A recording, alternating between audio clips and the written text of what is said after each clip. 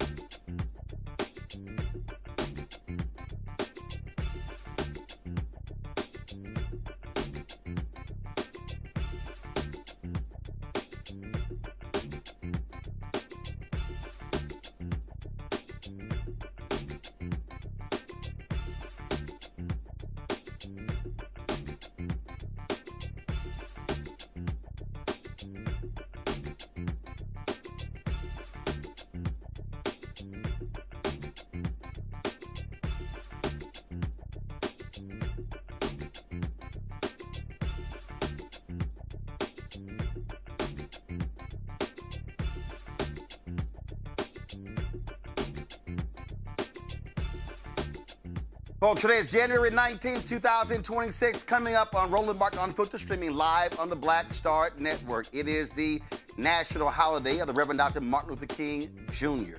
And as I always said, this day is not just about him. It's also about the entire Black freedom movement, civil rights movement, all of the people who made it possible for us to enjoy the rights that we have. And so we'll talk about that. We'll hear from a number of individuals who worked with Dr. King, walked with Dr. King, including Zenona Clayton, also Reverend Jesse Jackson Sr., Andrew Young, Juanita Abernathy. We'll hear from Reverend C.T. Vivian. Also, Congresswoman Eleanor Holmes Norton, the late Congressman John Lewis, Clarence Jones, who was Dr. King's attorney, Claiborne Carson, who runs the King Center in Stanford.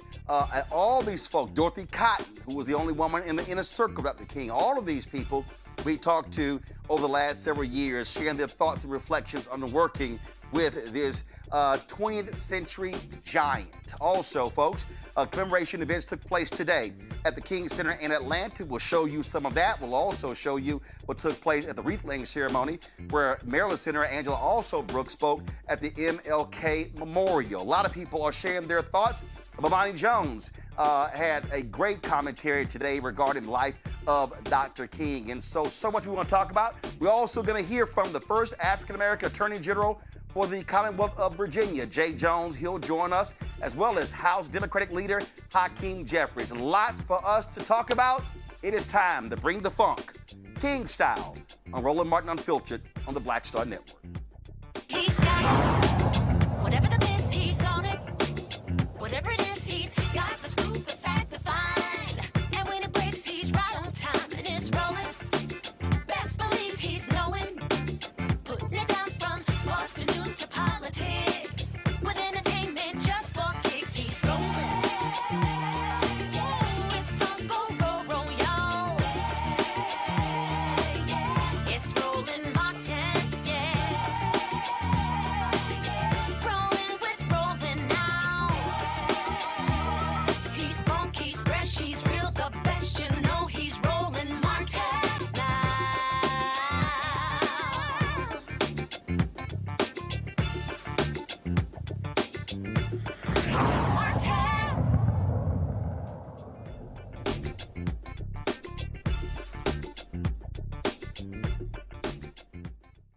Folks, today is King Day. It's a national holiday for the Reverend Dr. Martin Luther King Jr. Of course, we are live today.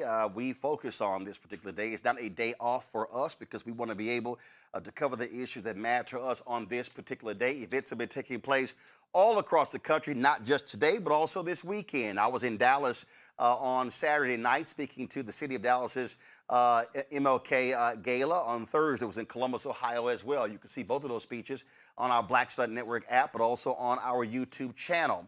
On Saturday, an inauguration took place in Virginia for Governor Spanberger, but also for the first African-American Attorney General for the Commonwealth of Virginia, J. Jones, Jr. And so he was inaugurated. He joins us right now on Roland Martin Unfiltered on this great day. Attorney General Jones, glad to have you back on the show. Having me, and I'm happy to be back as well. One of the things that I first want to say is that was a photo that I saw you posted on social media that actually I'm sure was quite emotional for you, and that you were getting dressed for the day, and your mom was assisting you putting on your dad's cufflinks. He, of course, a giant in the legal circles in Virginia, passed away during the campaign. So it had to be quite emotional for you to be thinking about him on Saturday. You know, his presence loomed very large over the day, and my father was my best friend and, you know, someone who I leaned on very heavily over the course of my life and my political career. And, you know, I'm just so proud of his legacy. To be one of the few people in the history of this Commonwealth to have served in all three branches of government. You know, his legacy looms large, and I carry that with me every single day. My mother is a giant in her own right. She is a juvenile and domestic relations court judge in Norfolk, which is my hometown. And to put his cufflinks on me that day and then have her administer the oath was a very poignant thing for our entire family. But it was so special, and I'm just happy that my two boys and my wife, Mavis, were able to be standing up there with us as we assume the office of Attorney General. This is that photo that you posted on Twitter.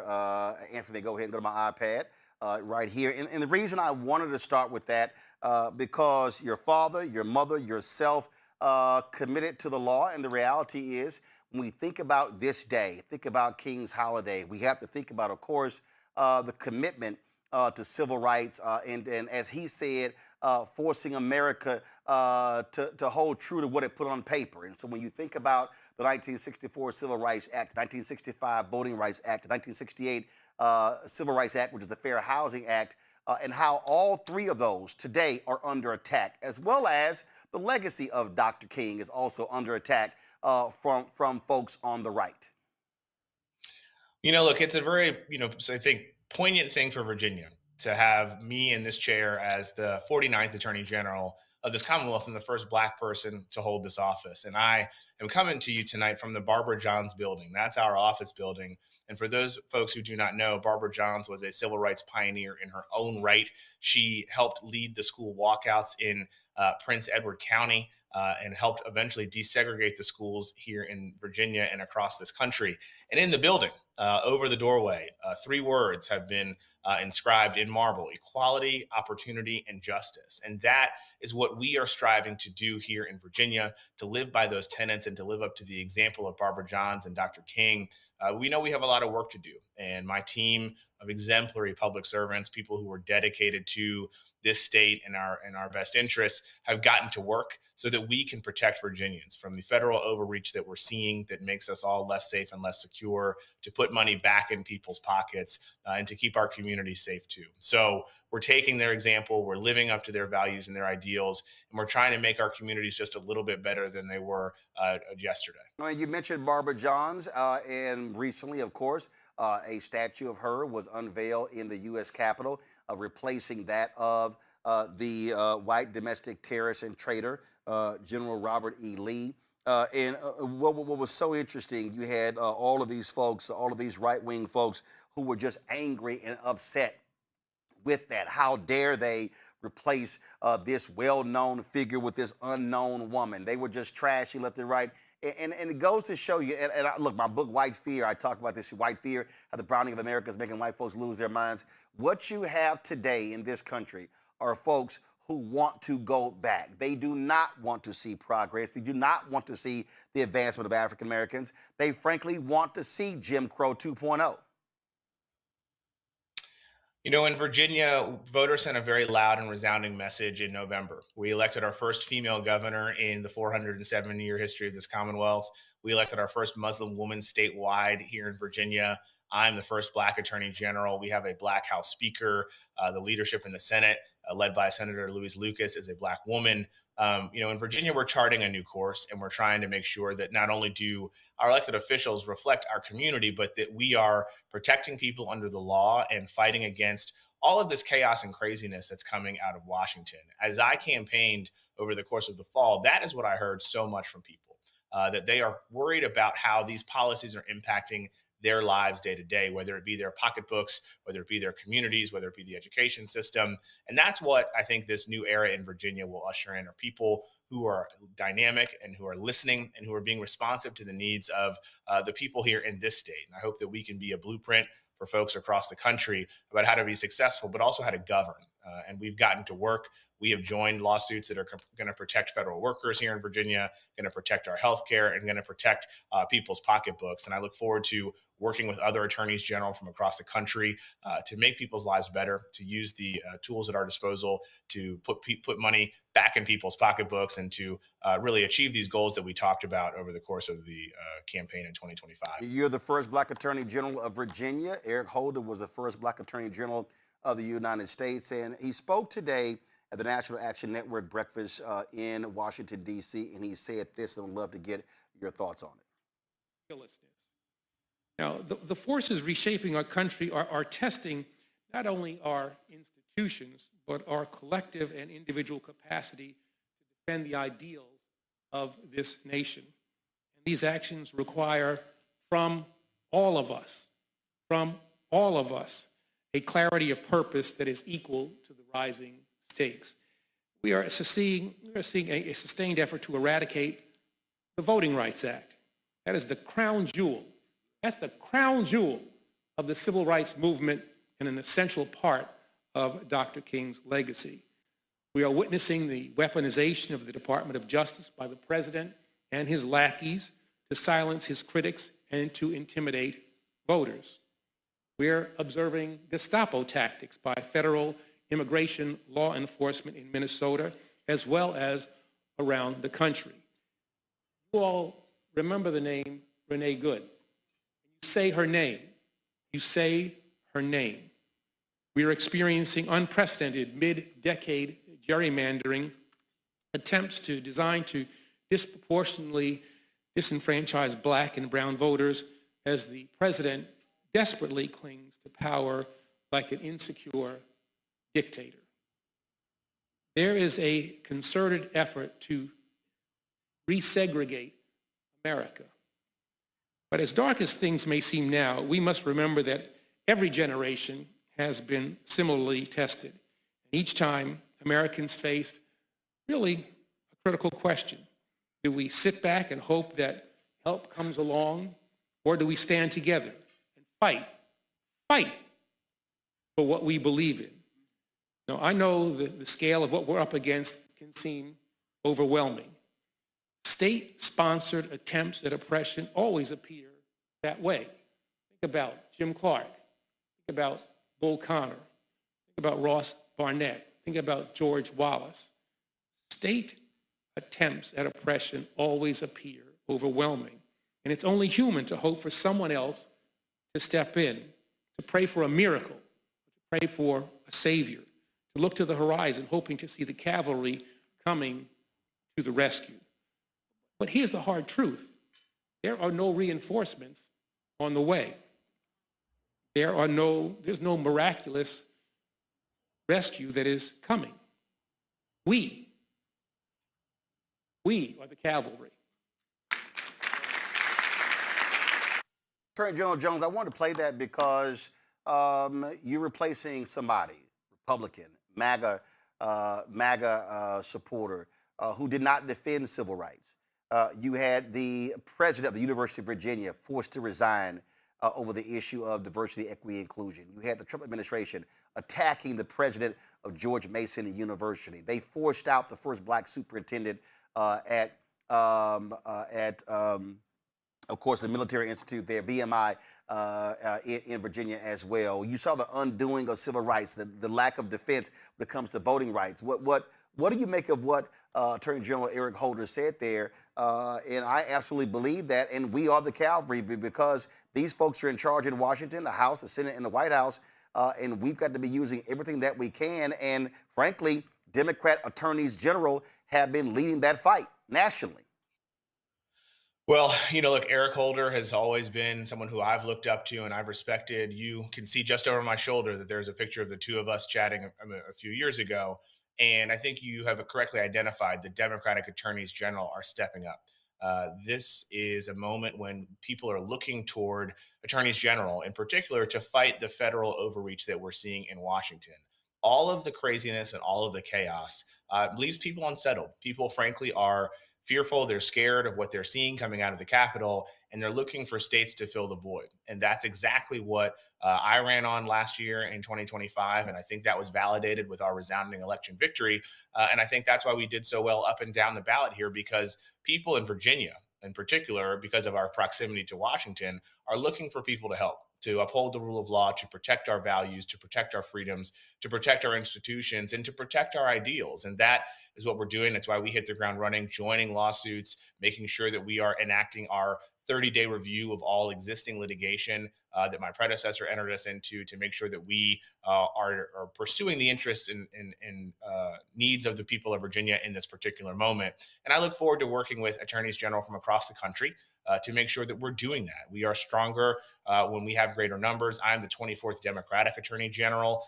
We hope to add to those ranks in 2026 because our livelihoods depend on it. And that's something that I continue to be committed to, and will use every tool at my disposal to make sure that we're protecting Virginians, protecting their rights, and living up to the dreams and ideals that Dr. King has talked about and that we've sort of dwelled on for a long time, because we draw strength from those words, right? This morning, I was in Petersburg. I was in a march with community members, and then we had a church service. And I was just so full of hope for these new days in Virginia, the sort of new era that ushered in on Saturday. And we're going to use all of our energy and all of our time and all of our resources to make sure that we're meeting the needs of people here in this Commonwealth right now.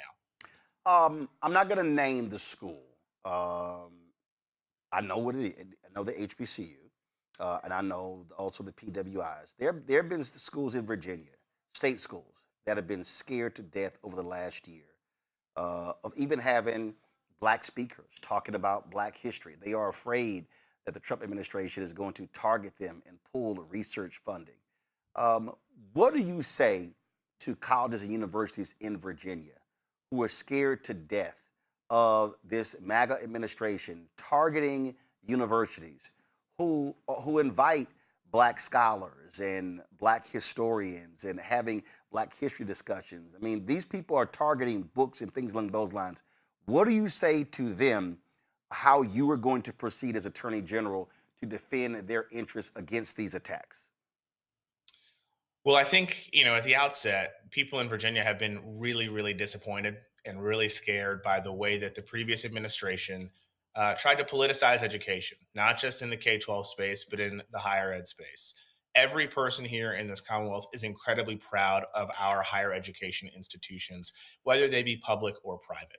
And frankly, as Attorney General, my job is to represent these universities. And my commitment has been to providing top flight legal service so that these universities can do what they do best, which is educate our students. And that is what we're going to do.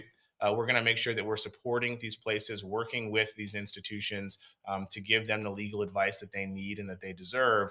And we're not going to use our students, our teachers, administrators, our educators as political pawns. Those days are long gone. We have a commitment to our people. We have a commitment to our students. And I look forward to working with the leadership at universities across this Commonwealth to figure out the best way for us to meet the needs for our students so that we can develop this talent, keep them here in Virginia, and continue to grow our economy. That is something that Governor Spanberger remains committed to. She just talked about that tonight in her State of the Commonwealth. And I think the House of Delegates and the Senate of Virginia are all in line with that mission, because that's what the voters told us last year, that they were tired of this politicization of our education systems and our students and our teachers and our parents and our administrators. We should be working together to find solutions to improve our education system, not pitting these groups against each other to get headlines, to get cheap headlines, and set our students back.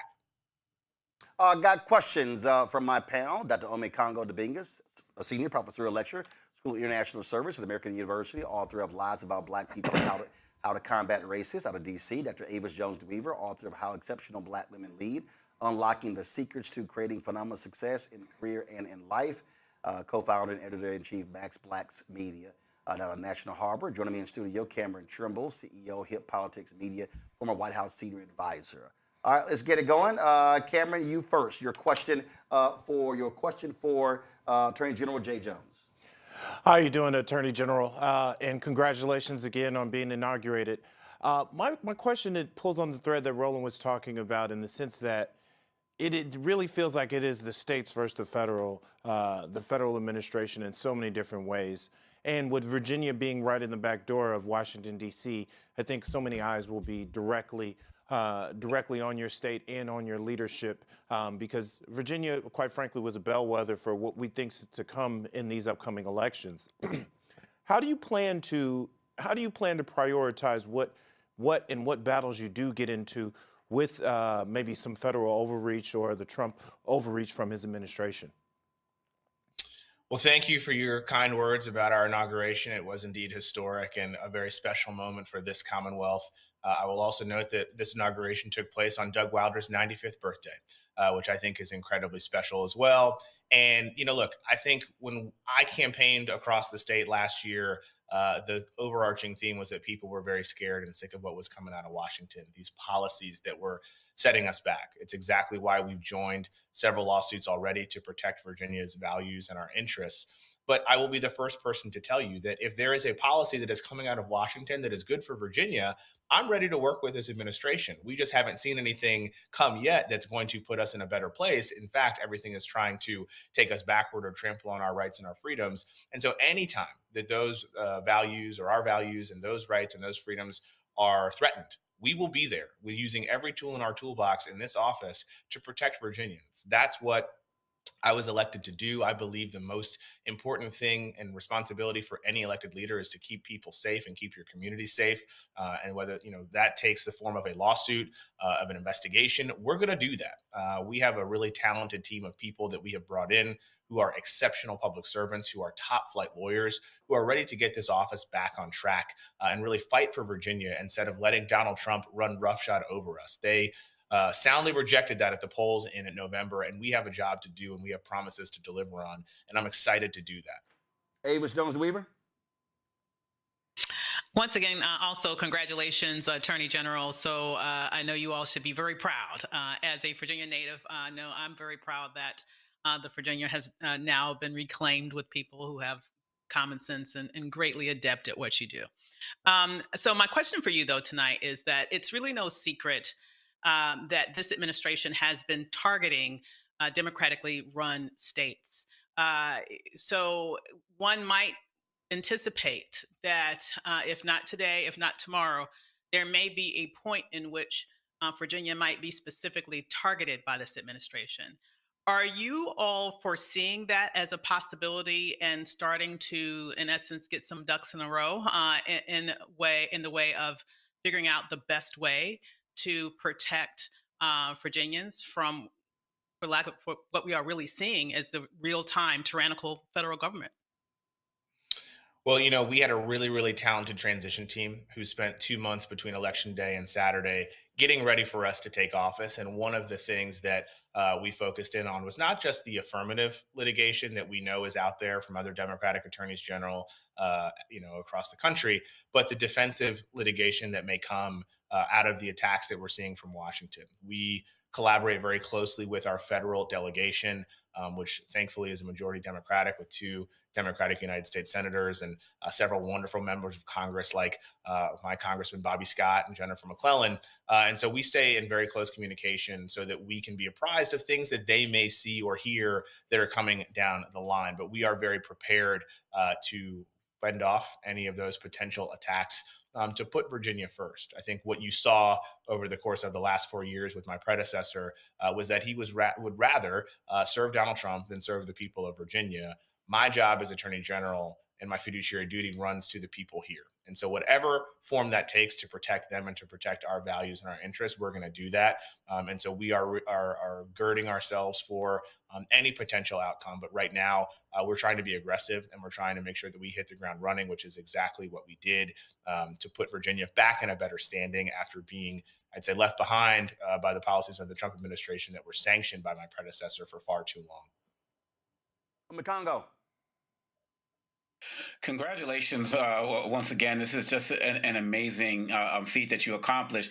My question is, what advice do you have as it relates to other Democrats going into the midterms? Because not only did you just clear house as it relates to Democrat election, but the diversity is just so incredible. And Democrats are getting advised to run away from their base. Some are saying run towards their base.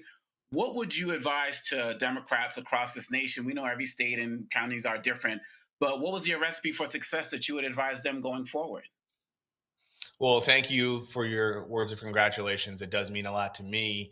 And look, I'll say this. In Virginia, people were obviously very scared of Donald Trump and the policies that were coming out of Washington. But what I think was also very important for us as Democrats is that we had an affirmative message. We talked about the things that our voters were talking to us about, and we were listening. We kept our ears open and our mouths closed, and they talked about affordability. And that's exactly why we talked about how we could use this office to put money back in people's pockets. My career as an assistant attorney general and focusing on consumer protection, I think lended itself to that moment and to this moment where we can use this office to be dynamic and find ways to help people out when they're suffering economically, to keep our communities safe, and to make sure that we're defending Virginia. I think, the president certainly is a presence that looms large in electoral politics right now, but we've got to go one step further, which is to be solutions oriented and mission driven.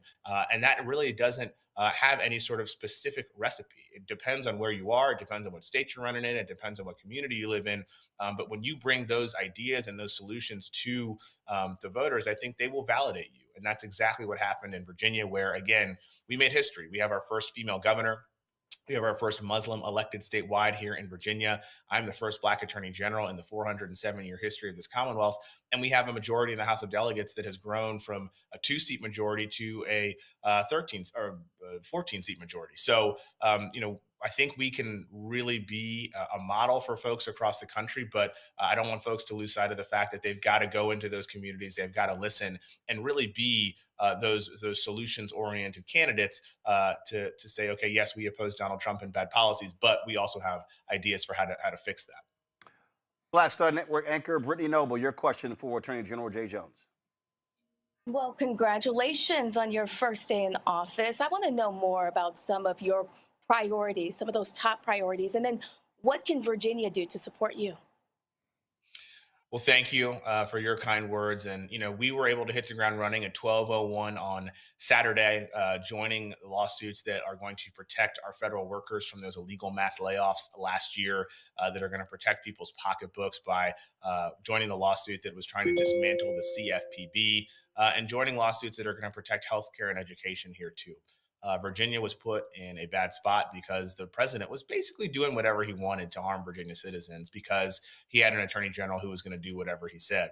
That's not the case now. There is a real opportunity for us to get Virginia back in the game, to be a leader in this space as well. And I'm looking forward to doing that. Like I said, we've assembled a really diverse group of people and talented individuals who are ready to help. And that's something that I think Virginia should be very proud of. We're going to continue to focus on protecting against federal overreach. We're also going to continue to focus on keeping costs low, making Virginia more affordable, finding every possible way to root out waste, fraud, and abuse, and to make sure that we keep our communities safe. Those are the things that voters talked about over and over and over again, and we listened. And so now we've got to put those campaign promises into practice, and we've already done that. And there's more to come, which I'm very, very proud of and very excited about. Hopefully, people in Virginia will continue to share their concerns with us. We are here to listen, and I want them to know that we will be meeting them where they are.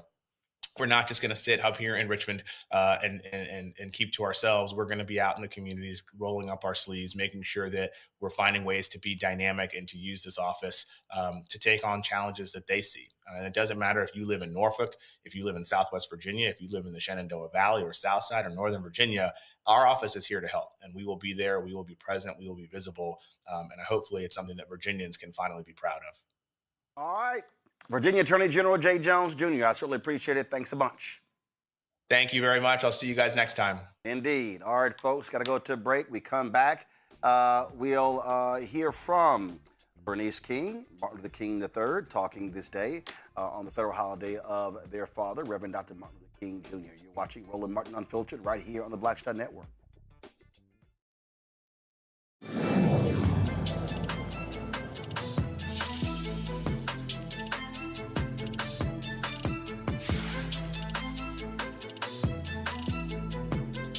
Next on the Black Table with me, Greg Carr. America is being reshaped in real time by a group of 6 people, unelected and without any checks and balances. By the end of the current Supreme Court session, education, the workplace, who gets to elect our leaders, and so much more could radically change. This week, we reconvene our legal roundtable and look at what the new America may look like and how we should respond. That's next on the Black Table, right here on the Black Star Network.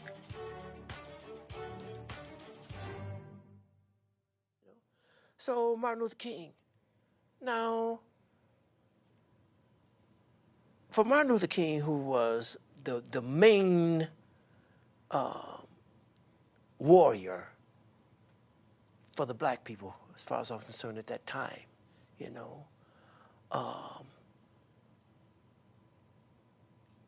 I wasn't as surprised that they killed him as I was when they killed Malcolm X. You know what I mean? I wasn't as surprised because Martin was into a lot of stuff that a lot of people, bigots, hated. Mm-hmm. He was a marked man. I didn't expect it. I was hoping that it would never come to that, you know what I mean?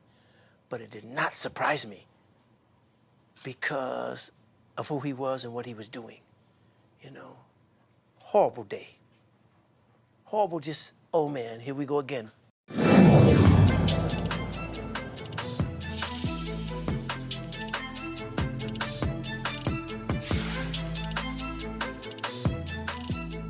All right, folks, that was my interview several years ago with the great Smokey Robinson. All right, folks, joining us right now is House Democratic leader Hakeem Jeffries on this MLK 2026. Congressman, glad to have you back on Roland Martin Unfiltered. With you, happy King Day. Yes, sir. One of the things that absolutely drives me crazy on this day is when many of your colleagues on the other side post on social media and they post their quotes about Dr. King and they vote against his agenda. And what I always say is I don't want to hear folk on this day talk about King in this wonderful, nice way. You know, he was this, he was that, when they also oppose the agenda. If you're going to stand with King, then stand with King, but don't oppose the agenda, but then celebrate the man, because the man was about his agenda, which was poor people and disenfranchised people. That's exactly right. All manner of social media posts you'll see coming from my extremist colleagues on the other side of the aisle trying to lift up Dr. King as if they are interested in his life, his leadership, and his legacy. When we return to Washington tomorrow, they'll be doing everything they can to undermine voting rights, civil rights, racial justice, social justice, and economic justice. And Roland, as you know, this is just consistent with their general hypocrisy. I mean, this is the same group of people in many instances. I'm not questioning anyone's faith, but they go to church and they pray on Sunday, and then they come to Washington, D.C., and they pray, P-R-E-Y, on the American people, the weak, pray on the poor, the sick, the afflicted, the least, the lost, the left behind, pray on Social Security, Medicare, Medicaid. This is their legislative agenda. and yet they pretend as though they are following the teachings that have urged us to look out for the least of these amongst us. Well, I will call out them on their faith because one of the things that they do is they love the Catholic Church when it comes to their position on abortion, but they despise the Catholic Church's position on the death penalty and standing up for the rights of undocumented workers. I think there's no doubt about that, and we see this in so many different areas. Listen, we, as Jim Clyburn says, he's a Matthew 25 and 35 Christian, and that's what our faith teaches us. I grew up in the Cornerstone Baptist Church, and we're going to continue. Dr. King, of course, was a great civil rights hero and leader. He was a Baptist preacher, and it was his faith that drove sort of the mission that he led the country on, which was incredibly successful. But now we know that that mission is under full and complete assault by Donald Trump and his henchmen. And we're going to have to do all we can to fight through the trials, the tribulations, and the turbulence so we can come out stronger as a country on the other side. I have said since the inauguration that we have a massive effort going on when it comes to MAGA to defund Black America. They are attacking academics, they're attacking health, they're attacking nonprofits, they're attacking the economic infrastructure, they're attacking the civil rights infrastructure. This Louisiana-Cali decision could wipe out 1/3 of the Congressional Black Caucus. It could take out numerous Black state senators, state representatives, county commissioners, city councilmen, school board members all across the South. And the Republican Party, that's what they want. They are afraid of Black political power, and they are attacking all of this because they want, frankly, Jim Crow 2.0. I've often observed that while Jim Crow may be dead, he's got some nieces and nephews that are alive and well, running around the country trying to seize power. We want to move the country forward. They clearly are trying to turn back the clock. We want to bring people together. They are regularly trying to tear us apart. And we, of course, have always believed in truth and reconciliation. These extremists want to erase Black history, erase civil rights history, but we're not going to let them do it because Black history, we know, is American history. And we need to lean into that history now more than ever. The lessons that we learned from Dr. King, from John Lewis, from Fannie Lou Hamer, from Rosa Parks and others, they showed up, they stood up, they spoke up for what they knew was right to try to make this country the best version of herself. They had the character, the courage, and the conviction to face down Jim Crow, vicious racism, and authoritarianism in the Deep South. But now, of course, you got some people within this administration, inspired by the person who actually is sitting at 1600 Pennsylvania Avenue, who want to rip away all of the progress that has been made. We cannot let it happen. We're going to make sure that there are free and fair elections in November. And because there will be free and fair elections in November, we're going to make sure we take back control of the House of Representatives. Well, Donald Trump the other day said that the Civil Rights Act was hurtful to whites in this country. I gave a speech to the city of Dallas MLK Gala on Saturday, and I made this statement. Anthony, go to my iPad, and there's a guy who's running for Congress, last name Zishan. He actually posted this on his social media, and I said, are you going to stand with Dr. King, or are you going to stand with someone that wants to be a king? And that's what we're dealing with. Donald Trump has no respect for Congress. He has no respect for laws, no respect for the judiciary, no respect for anything. He told the New York Times the only thing stopping him, he said he can do whatever he wants. The only thing stopping him is his own morality. And so he has no respect whatsoever. And so what do you say to people in terms of how Democrats are going to counter him and that MAGA agenda this year in 2026? And what should folks be focusing on in these primaries and, of course, the general election? What's important to us, you've got affordability and you've got accountability. On the affordability side, listen, Donald Trump was able to lie his way back into office by promising that he was going to lower costs on day one. Costs haven't gone down. Costs have gone up. Life is more expensive in the United States of America. Trump tariffs are imposing thousands of dollars of additional costs, and he's done nothing to lower the high cost of living. We'll focus on that to try to bring about a country where when you work hard and play by the rules, you can live a comfortable life, an affordable life, and a good life. And we define that clearly. Good paying job, good housing, good health care, good education for your children, and a good retirement, which means keep your hands off Social Security and Medicare. At the same period of time, there's got to be accountability. Congress, as you know, Roland, you talk about this often, is not supposed to be a rubber stamp for the president's extreme agenda in this case, but a check and balance on an out of control executive branch. Now, even though we're in the minority, we've been governing in many instances as if we were in the majority, including earlier this month, forcing an up or down vote on a straightforward extension of the Affordable Care Act tax credits for 3 years and got 17 Republicans to join with every single Democrat. Our view is that we have a broken healthcare system. We've got to fix it. We got to roll back the cuts that they've made to Medicaid, roll back the cuts that they've made to nutritional assistance. They literally rip food out of the mouths of hungry children, seniors, and veterans. And they did that as part of their one big ugly bill so they can enact massive tax breaks for their billionaire donors. We're going to focus on everyday Americans, working class Americans, and middle class Americans. A couple more minutes left, and I'll ask you this here. What African Americans are also asking is, in terms of, let's say Democrats regain the House in November. Let's say you win that back. Black folks are saying, hey, how are you going to speak to our agenda? The reality is you need significant black support in a lot of these congressional races, especially these U.S., also on the U.S. Senate side, races in Georgia, in North Carolina. You got race in Texas as well. And so what do you say to them of what that's going to look like, what that agenda is going to look like? Because what we continue to hear from people is they say, hey, Democrats want black folks to show up, but Democrats got to show up for black folks.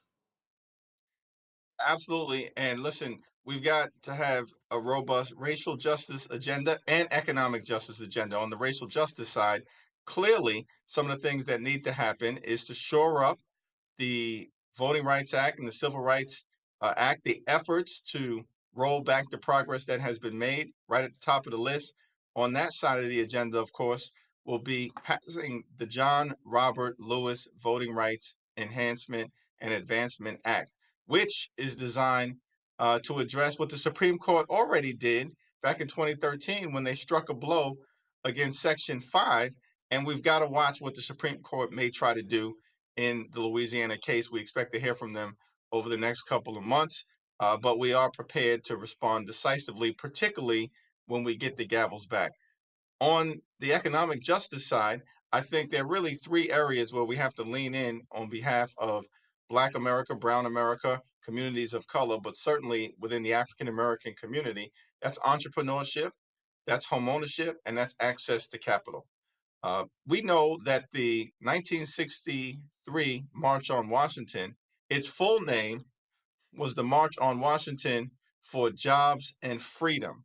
It was about both civil rights, of course, eventually voting rights in terms of the 1965 Voting Rights Act, but also an economic justice agenda. And we've never been able to fully bring that to life. And in order to do it, we've got to ensure that our communities can be successful economically and self-dependent on the community as opposed to being reliant on anyone else. And that's something that we'll strive to accomplish, build upon with an aggressive agenda in that economic justice space. Last question for you. As I said, I gave the speech in Dallas on Saturday night. While there, I dropped by Friendship West Baptist Church, where Reverend Frederick Haynes III is the pastor. They had an MLK teach-in. Anthony, go to my iPad. They had an MLK teach-in. They're planning this Freedom Summer there. They're planning to really focus on voter mobilization. That's also the church where one of your House members goes, Congresswoman Jasmine Crockett. She was in Marshall, Texas over the weekend. Do you plan to endorse in that Democratic primary her race, but also the congressional race that Freddie Haynes is in?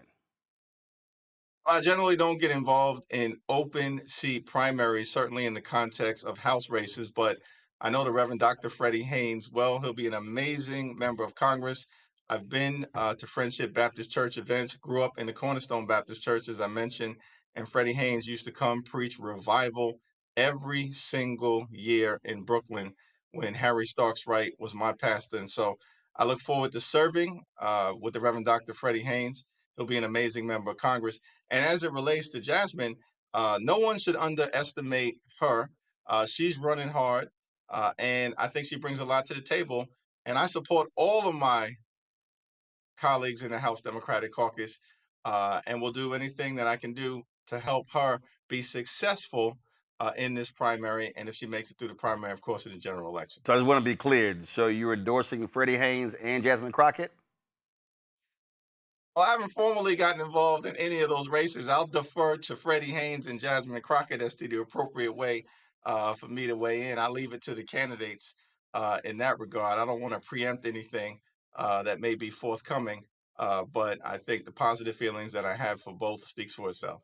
All right, then. So as a Texas voter and somebody who actually votes, I'm a constituent of Congressman Jasmine Crockett. I'll be waiting to see how that happens. All right, Congressman Jeffries, we appreciate it. And to Scott Bolden, if he's watching, I keep telling him, I don't mind Kappas coming on my show. I have grace and mercy.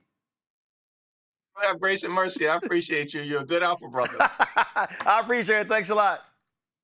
Okay, man. All right, then, folks, let's get back. Got my panel here. I've got Cameron. I've got Avis Omekongo as well.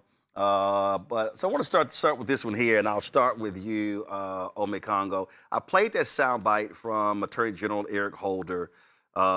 We spoke today at the NAN breakfast. And two things. The reality is we need people to understand that there is indeed an absolute effort to resegregate Black America. But I need folk to understand that this is not about bringing back separate water fountains. This is not about saying, oh no, you can't live here. What we do have to understand is there is an absolute effort to undermine every single civil right that we have fought for, whether it's the 3 Reconstruction Amendments, by the radical Republicans in the wake of slavery, whether it is the 1866 Civil Rights Act, we know the 1875 Civil Rights Act, which of course was later overturned in 1883 by the Supreme Court, the 1957 Civil Rights Act, and then the 64, 65, and 68 as well. And so the attack is all about attacking the Black infrastructure, civil rights, economic, again, academic, health, you name it. That is what they are trying to do. Yeah, and if people don't get it now, I don't know at what point they actually will get it. I mean, 1 year into Trump, what statistic for the Black community is better? Whether we're talking about employment, whether we're talking about health outcomes, I mean, maybe the number of applications to HBCUs, but outside of that, everything is declining. And people should now be seeing that their community is going to be affected in every way, shape, or form. Whether we're talking about law enforcement, you're talking about with Attorney General Jones about schools and diversity and so on and so forth. And look what's happening in our schools as well. Every aspect of our community is being attacked. And people need to be at this point now, especially watching what's going on in Minneapolis with ICE. We have to get out of this mindset of, I'm only going to care when something comes to me. I'm only going to care when something hits me. Because if your community is being hit, then you're being hit as well. And we need a multi-pronged approach in order to be able to fight this. Because Donald Trump literally said, I am against the Civil Rights Act. They made white people bad. They couldn't get jobs. And all of this was lies. But he said it because enough white people thought it all of their lives and were always against it. And so he's given them permission structure upon permission structure in every space that they occupy, whether as a boss, as a principal, as somebody running a bank, to be discriminatory and be unapologetic about it because they know there's an FBI, Justice Department, and an administration that's going to condone it in every way, shape, or form. If we don't wake up now 1 year into Trump, we should have woke up during the first administration like we were here on the Black Star Network. I don't know what else is going to take, Roland. Avis, I mean, we are making this perfectly clear to folks as much as we can. Anthony, go to my iPad. Look at this here. Donald Trump is the first individual occupying the White House who doesn't even acknowledge Reverend Dr. Martin Luther King federal holiday. This is the first time it has happened since Reagan signed the holiday, and of course, even the departure from his first term. Bottom line is, that's all by design. They do not give a damn about Black folks, and they want to attack Black folks at every turn. And Black folks had better wake up And I'm sick and tired of hearing these black folks who say, oh, I'm going to sit, I'm tired, I'm going to sit out, I'm going to stay on the sideline, all that sort of crap. They are coming after your ass as well. And so I don't care whether you're on the corner, I don't care whether you're in the C-suite, I don't care whether you are blue collar, whether you are white collar, whether you got a degree or not. We see they are coming after Black America, period. Absolutely. And they have already come after Black America. This is not just a future projection conversation. You are one of the few spaces, Roland, you have one of the few spaces that have shared in real time all of the actions that this administration has already taken to rip away our civil rights infrastructure. In fact, what I find very interesting, we're hearing about the anniversary of unfortunately, his first day in office in terms of his inauguration, and we were at the top of the list of who he was looking to attack. Before they had any ICE raids, he was sitting there signing executive orders that was completely obliterating our advancements in civil rights in a number of different ways. Even to the point of actually signing a civil rights, an executive order that would say that it's okay to discriminate specifically for federal contractors, that it's okay to have segregated facilities as federal contractors. It has been that egregious. And so, yes, all the other things that you mentioned are true. We see what's happening with the unemployment rate. We're seeing what's happened to federal workers that are disproportionately Black.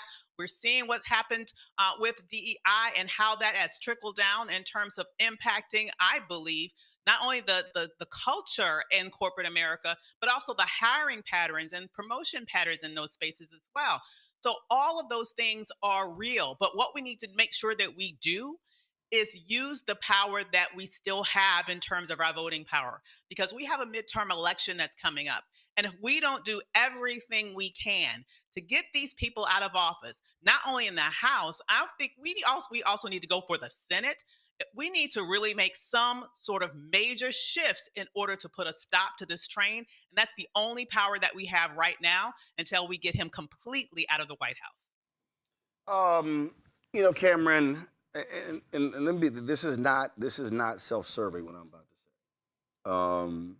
When I look at right now, and I'm always appreciative of the folks who watch our show. 1,500 folks live. We know it's a holiday. A lot of days we have 2,000, 2,500, 3,000, or even higher, 4,000. But here's the thing that I'm always talking about. When it's a sports topic on some shows, you go to some of these YouTube channels, it's 30, 35, 40,000 folks who are watching live. When I look at the comments on certain stuff, on certain posts on Instagram and others, I'm seeing 40, 50, 100,000, 200,000 likes. I'm seeing 8, 10, 20,000 comments. And what I'm saying that what's going on right now, that Black folks had better be flocking to Black news and information sources, because these folks are going to look up and say, oh my God, what the hell happened? And the last year, I mean, it's so tomorrow is 1 year since the inauguration. I mean, we've seen the wipeout of billions of dollars. We have seen the wipeout and the attacks on numerous laws and executive orders. And I'm seeing Black folks walking around clueless and going, oh my God, I didn't know those things were happening. I'm like, yeah, because you watching the wrong shit. Millennials, Gen Z, Gen Alpha better realize that what they are trying to do, they are trying to wipe out a future for millennials, Gen Z, and Gen Alpha if you Black. I agree, Roland. And there's two stats that I wanted to bring up to kind of address that. Just today, Axios put out an article around how Gen Z is not being taught and being disconnected from the civil rights era, because more than half of the states don't even require you to teach about civil rights. So there is a whole generation that is coming up that won't even appreciate and understand what's happening with civil rights, won't appreciate and understand what's happening with Martin Luther King Day and those tenets. And so that is a generation that is coming up, and there's just uneven education there. And then the second thing is like the media landscape. I know you mentioned in terms of You just had like that Drewski skit that went crazy talking about black pastors. That gets hundreds of millions of views because there's some comedy in it and social commentary. People are talking all about that. But when things that are actually affecting the community, you don't see the same kind of reverberation and reaction videos and things to that nature. I think part of it is the fact that people are looking for some escape. I just think, quite frankly, people are just looking to get away and get some sports and some escape. Here's my whole piece. I get the escape part. But what I need them to understand is that what's going on while they are escaping, the other side is literally obliterating. And you can escape for this moment, but then when you bring your ass back, you're going to be like, Armageddon happened. What happened? Because you were busy escaping. But then also you got to look at the coverage and the way we get information right now. It has to be so much more intentional, because when you've got CBS News essentially co-opted with the LSN, you got some of these different. Okay, but it is intentional. But the people who are being most impacted, they've got to be intentional. And all I'm saying is I need folk to realize that what they are trying to do today is to impact Black America for the next minimum 50 years. If you are a 20-year-old today, they want your ass jacked up minimum till when you're 70. See, so I need people to understand, this ain't about, oh, this thing could change in the next election. No. This is Project 2025 and Project 2026 and Project 2027 is about enacting an agenda that is going to absolutely curtail and derail Black America for minimum the next 50 years. That's what they're trying to do. And I just think there are a lot of people who are Gen X, Millennial, Gen Z, Gen Alpha, who don't realize what is really happening right now. And I think what we got to do is we got to simplify it for people. Unfortunately, I wish people could get more information and be able to handle some of that. But the public has often been able to focus on one or two topics. And I think we just got to simplify it here on your network and other places of like, this is what you have to lose, and not just at a large state. We always say Black people are being set back. But what does that actually look like in a money sense? What does that actually look like in a job sense? What does that actually look like in a policing sense? And then kind of what's going on in Minnesota and things of that nature, when it's brought to our doorstep, we saw how we reacted with George Floyd. I'm not wishing on any of those types of things to happen, but I think that kind of stark contrast, that kind of real shock, violence, those types of things are what wake us up. Well, I tell you what, you can't holler beat woke, and then you need something else to wake you up, and that to me, Omekongo, is really what folk have to understand. And again, I'm saying the onus is on everybody. I'm saying that if you're a Gen X and you've got children and you've got grandchildren and you've got nieces and nephews, you need to be saying, where are you getting your information from? And if they say TikTok and Instagram, well, who are you following on TikTok and Instagram? If you getting your shows from certain radio shows, well, what's the radio show? What are they actually talking about? What are they feeding you? Because what we are dealing with right now, is a very surgical attack on Black America. And I'm telling you right now, it can't just be baby boomers and some Gen X who gets it. Black folks had realized, and when people say, oh man, you know, that voting stuff, guess what? The reality is, when you do vote, there is one way where you can knock these folks out, is to throw them out. And that only can happen at the ballot box. Look, we can show up to as many protests as possible as people want, but as Baird Rustin said, he said, you know, we protested because we didn't have the right to vote. When you have the right to vote, you don't need to protest because your vote is your protest. And so many of us are disconnected from that. And that's why so many people stayed home.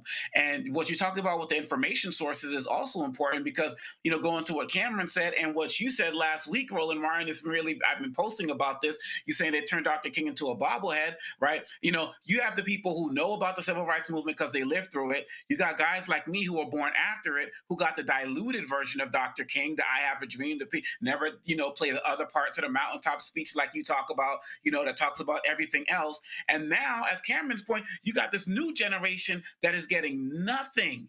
Even in the states where it's allowed to be taught, they're still not getting enough.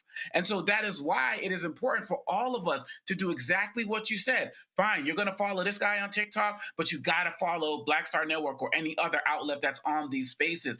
We have to direct them to these spaces. The newspapers we read, most of them are gone or in some online space. And so if we don't know where the spaces are on Facebook and Instagram and other and fan base, which is, doing a lot of this work, we have to find it and show it to them. Because a lot of the kids, they will listen if they're steered towards something. But a lot of us have this mentality, oh, they just don't care. They just want to play music and go party. Many will listen if we don't give up on them. You know it all the time, Roland. You run into middle school students, high school students who listen to you or listen to you in the car with their parents. We can't give up on this generation because there's already a whole infrastructure pulling their attention in the opposite direction, which is away from our history and away from our culture, which makes it easier for them to undermine us. And we have to keep fighting that. So, Avis, the article that Cameron referenced, it was an Axios article. This is what it was. The civil rights era is losing its grip on young Americans. It says the civil rights era is no longer the central reference point for how many young Americans understand race, justice, power, a generational shift reshaping politics, education, and activism in the U.S. Well, first of all, duh. I mean, let's be perfectly clear. If you talk about the civil rights era, officially, if you will, you're talking about December 1st, 1955, Montgomery bus boycott through Dr. King's assassination. Could bring it back a year, Brown versus Board of Education, decision. So that's 1954, including also August 28th, 1955, the heinous lynching of Emmett Till. So you could say Brown versus Board of Education is 54, going through 68. That's, of course, 14 years. But when we talk about today, and this is where, again, these white media outlets don't seem to understand, they want to skip over Jenna 6. They want to skip over Trayvon Martin. They want to skip over Michael Brown, John Crawford III. They want to skip over Eric Garner.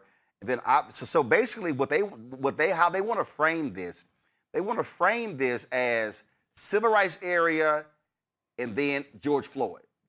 No, it was a lot of things. I mean, if you talk about, I got an interview coming out with Elliot Williams talking about the Bernie Getz shooting. And listen, Bensonhurst and all that stuff that was happening in New York in the 90s. And so it's a whole lot we can talk about here. And so that's the problem, the reference point, how you talk about all of these issues. And so my deal is, if I'm talking to millennials, Gen Z, Gen Alpha, I'm including these things that have happened, not just 54 to 68, but 68 to 80, 80 to 90, 90 to the 2000s, and now present day. I think that's absolutely true. Here's what we have to remind. We have to remember that these people don't have our best interests at heart. Okay, there's a reason why they pulled our history out of public schools all across the nation in way too many states. And it is because they do not want our children to know that history. They do not want their children to know that history. And there has been some other research that suggests that the less specifically Black young people know about their own history, the more likely they are to vote to be in favor of Donald Trump, for example. So, when we are detached from our roots, we are very easily swayed. We're very easily brainwashed. We're very easily sort of manipulated as a tool to be used for our own destruction. That's number one. Number two, I think it's very important that Black people then understanding that take up the mantle to be able to organize to teach our own children. We cannot wait for the public school systems to get this right, particularly throughout the South. I don't expect Texas, honestly, to ever change in my lifetime. I'm not holding my breath for anything to change in terms of the curriculum in Florida. But Black families in Florida and Black families in Texas and all over can get together and organize Saturday academies and teach our own history, because that's what we need to do. And then thirdly, I would say that in terms of young people, let's not write them all off. You know, I'm the mother of a Gen Z. I'm the mother of a millennial. And if anything, my Gen Z is even that much more radical than my millennial, though both of them have sense and they understand the threat of this administration. But the main frustration of my Gen Zer is not that he doesn't want to vote. He will vote. But his frustration is that he doesn't see the Democratic Party fighting enough. He wants to see more action in the Democratic Party. He wants to see the Democratic Party be more aggressive. They aren't aggressive enough for him. And so I believe that if the Democratic Party were more aggressive, would show some heft and some fight in their spirit, they would naturally attract young people. I don't believe that most young people don't care about politics. I don't think that they are inspired to really support candidates who they don't believe will fight for them. Many of them will do it anyway, like my son, but he does it, I will tell you, holding his nose because he wants more fighters. And if he finds someone that will inspire him in that way, he will come out and vote. And it's not just him. If you look at the Mamdani election, when you saw the overrepresentation of young people voting, it is because, I believe, not just because of this issue of affordability. I think it was also because they saw a fighter in him. And that's something that the Democratic Party needs to replicate writ large. But here's the thing, Cameron, first of all, I absolutely agree with what Ava says there. But this is the piece, to me, that is always critical. I always talk about what the nuance is. And the nuance always is, and I've had to deal with this with people, well, where I'll explain, if you want something to change on a school board, remember, if there are nine people and you vote for one, you need 4 more votes. You need 5, you need at least 5. If it's the city council, depending upon the size of the city council, you need the majority. What I'll say is, I think back to 2025. There was a lot of people were saying, Democrats, what y'all gonna do? Sitting there going, do you not know who controls the House, the Senate, and the White House? And the key, though, I think, this is where it jumps out, to the point J.A. was just made. When you do have the power, do you use it? I think what we are witnessing now, where you have, is Donald Trump a thug? Yes. Does Donald Trump not believe in morals, values, principles, ethics? Yes. But what you are seeing is a Republican Party that says, damn all lines, damn all speed bumps. You don't hear them saying, oh, we can't do that. And so what I'm hearing people say is, Democrats, if your ass get the White House back, go to the mat. If you get the House and the Senate, I don't want to hear this bullshit. Oh, we can't do that. We can't do. If there is one thing that we see with Republicans holding power, is that they use power. They wield power. They actually execute an agenda, and they say, damn everyone else, we're going to do it. That is the lesson that Democrats had better wake up. And look, Democrats don't have the same league that the Republicans do, because you're either right or hard right. But Democrats had better understand, if you get control of the House, yes, Trump can veto. If you get control of the House, if you were able to somehow get control of the Senate, what Democrats can't pray for is a Fetterman ends up acting like a cinema in a mansion. Let's say Democrats get 51 seats in the Senate. Let's say they win North Carolina and they win Georgia. They upset Collins in New Hampshire. And let's say they're able to win the Senate seat in Alaska or Iowa, or by God, or by miracle, win the seat in Texas. And all of a sudden, you somehow look up and you got 51, 52, 53. The scare for a lot of people is you're going to have 2 or 3 weak-ass centrist Democrats who hold up progress. That also, I think, is what Avis is saying. I think it's a couple things. One, they've got to get there. And I'm a creature of campaigns. And the campaign rhetoric, even when you hear it now, or the rhetoric you saw during the government shutdown started to build up, and that energy started to build up. But people are not voting for people who are non-fighters. If you were not coming out saying these things, right? Like the norms be damned. I mean, I come from a different time, but when I got into politics and when I got on Capitol Hill, it was right as the Tea Party was coming along. And I watched how that first year pre-Tea Party and post-Tea Party, how so many of those norms are thrown out the window, and you still had so many of a contingent of both Republicans and Democrats who said, hey, we're working and we're going to still try to be bipartisan. We're still going to talk to the American people as if it was pre-Tea Party times. Pretty soon they caught up and they realized that wasn't the case. I think what we have to learn, and this is not just Democrats, this is just a people thing. If people do not see you fighting and see you throwing out those norms, seeing you name people, see you name what you're going to do, consistently fight back. The reason why the Jasmine Crockett's and the Gavin Newsoms have at least been getting so much energy online is because they're with the times. They're using culturally relevant language. They're speaking directly to people, and they seem to be fighting. They're both leading with policy, leading with attitude, leading with energy, and they're leading with laughs.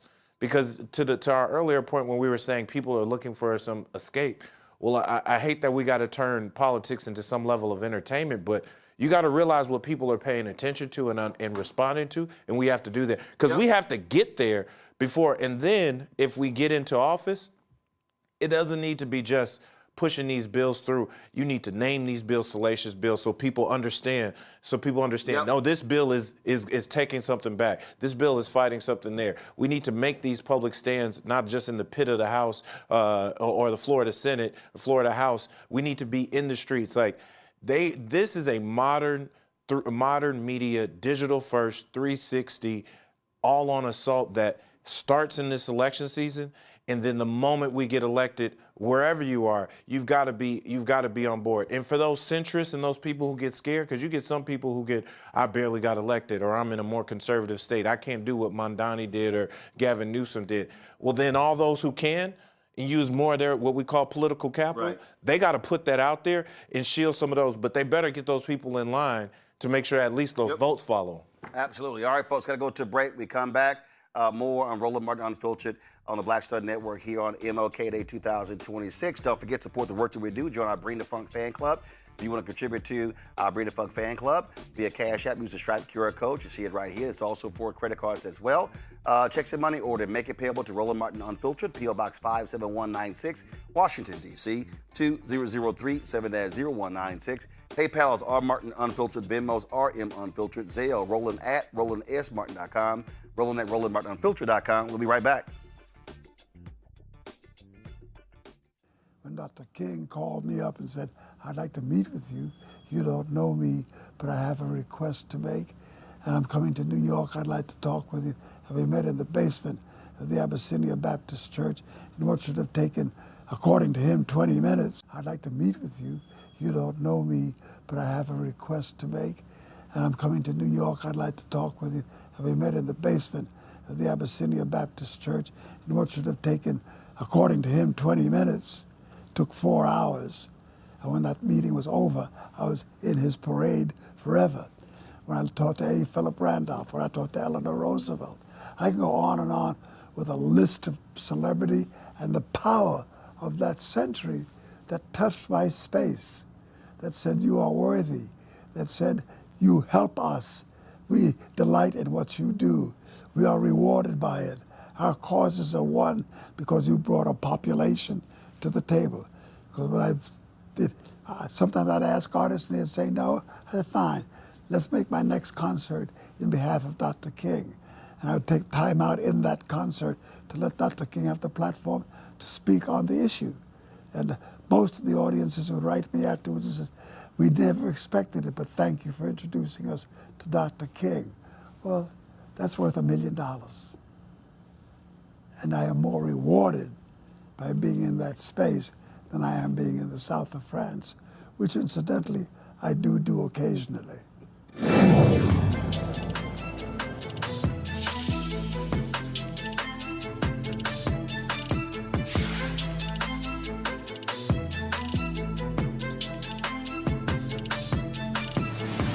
Said the quiet part out loud. Black votes are a threat, so they erased them. After the Supreme Court gutted the Voting Rights Act in 2013, Republican legislatures moved fast. New voter ID laws, polling place shutdowns, purges of black voters from the rolls. Trump's Justice Department didn't stop it, they joined in. In 2018, his DOJ backed Ohio's voter purge system, a scheme that disproportionately erased black voters. Their goal, erase black votes and political power. Yeah, that happened. These are the kinds of stories that we cover every day on Roland Martin Unfiltered. Subscribe on YouTube and download the Black Star Network app. Support fact-based independent journalism that centers African Americans and the issues that matter to our community.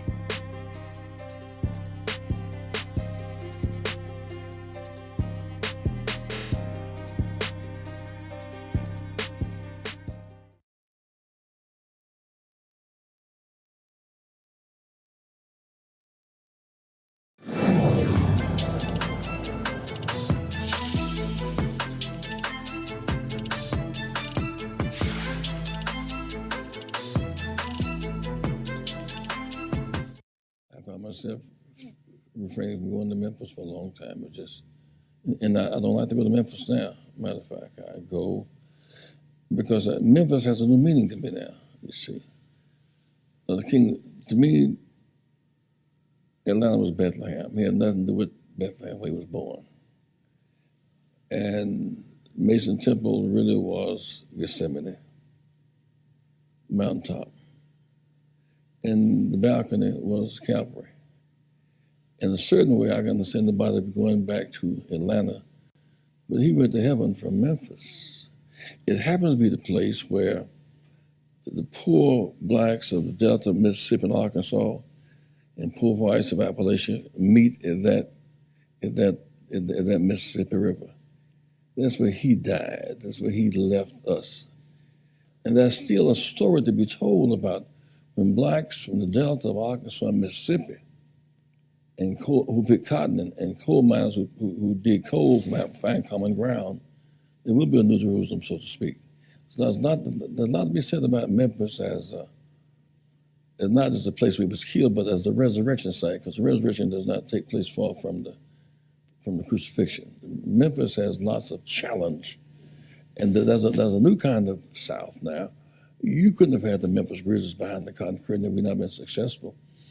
Atlanta Falcons, Dallas Cowboys. You couldn't have had Toyota, Mississippi had we not been successful. We pulled down the cotton curtain and built a whole new world, a whole new South, which laid groundwork for many new things in America. So his blood fertilized the soil and created a whole new dynamic in American politics. All right, folks, Reverend Jesse Jackson Sr. there for an interview we did just a few years ago. Today, events took place all across the country, here in the nation's capital at the NAND breakfast. We caught up with the MLK III. This is what he had to say on this day, the federal holiday for his father, Reverend Dr. Martin Luther King Jr. This is a very critical time. I would like to be able to say that we had achieved the dream that my father envisioned and shared for the nation, my father, I should say, and mother. Unfortunately, that is just not true. It does not mean that we cannot. There still is great potential in our nation, in our communities. There's great potential all over. And what I hope people can find is again, I said earlier, out of the mountain of despair, you got to find a stone of hope so that we can lift people. This is a time of lifting. It's it's challenging in this nation and in this world where we are at odds from a war standpoint, potentially from a war standpoint, where we're at odds because of immigration. That is an issue that should be resolved, but it's how we've chosen to resolve it, which is the challenge. At a time when medical prices are going up, people have to decide if I'm going to pay for health care, if I'm going to pay for food. What I do know is no matter how difficult it is, and God knows it's difficult for a lot of people, that we got to hold on because it can get better. My dad, my mom, my family, hopefully we are showing the nation that endurance overcomes. I mean, there was no Civil Rights Act before 1964. There was no Voting Rights Act before 1965. There was no fair housing legislation before 1968. But because my dad and his team and many of us around our nation endured, today those things are barely in place, although there are some who are trying to turn the clock back. We cannot allow that.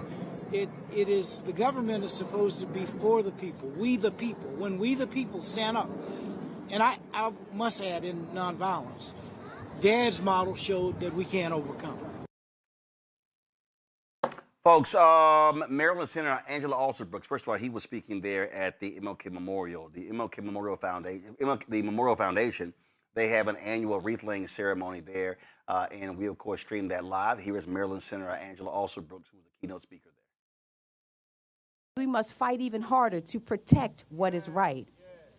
When people try to erase history and water down the impact that our ancestors had, it underscores how necessary it is to reject the lies about who we are. When deceivers spread false portrayals, hoping to divide a nation that simply wants this nation to live up to its creed, it's essential that we push back against this tool that keeps the unheard muted by injustice. That's why this ceremony is for us and for our commitment to this work. King's legacy doesn't just live in his words. It's kept alive through what his words inspire us to do. Because we can say injustice anywhere is a threat to justice everywhere, but do we move as if we believe that's true? Do we turn a deaf ear to someone's call for justice if it's inconvenient to our comfort? Do we settle for a society with violence and substandard living conditions in neighborhoods? Do we ignore the persistent economic inequality in our nation? Or do we fight for an economy that's equitable and provides opportunity for all Americans? Are we satisfied with a legal system that can be weaponized against the least of us? Or do we keep fighting for a system that treats everyone fairly? Do we relax in the knowledge that our own rights aren't being suppressed? Or do we push back on the inhumane treatment of those from a different background? Dr. King's words endure, but sadly, so do some of the threats to justice that he fought against. Even now, there are people being targeted and terrorized for answering the call for justice. It's a solemn reminder that there's still more work to do. But it's also our motivation, because somewhere, someone is still holding hope that help is on the way. The call for justice still stands, so the work of this movement still lives on. No abuse of power can kill it. No assault on democracy can suppress it. And it's on us to carry it forward.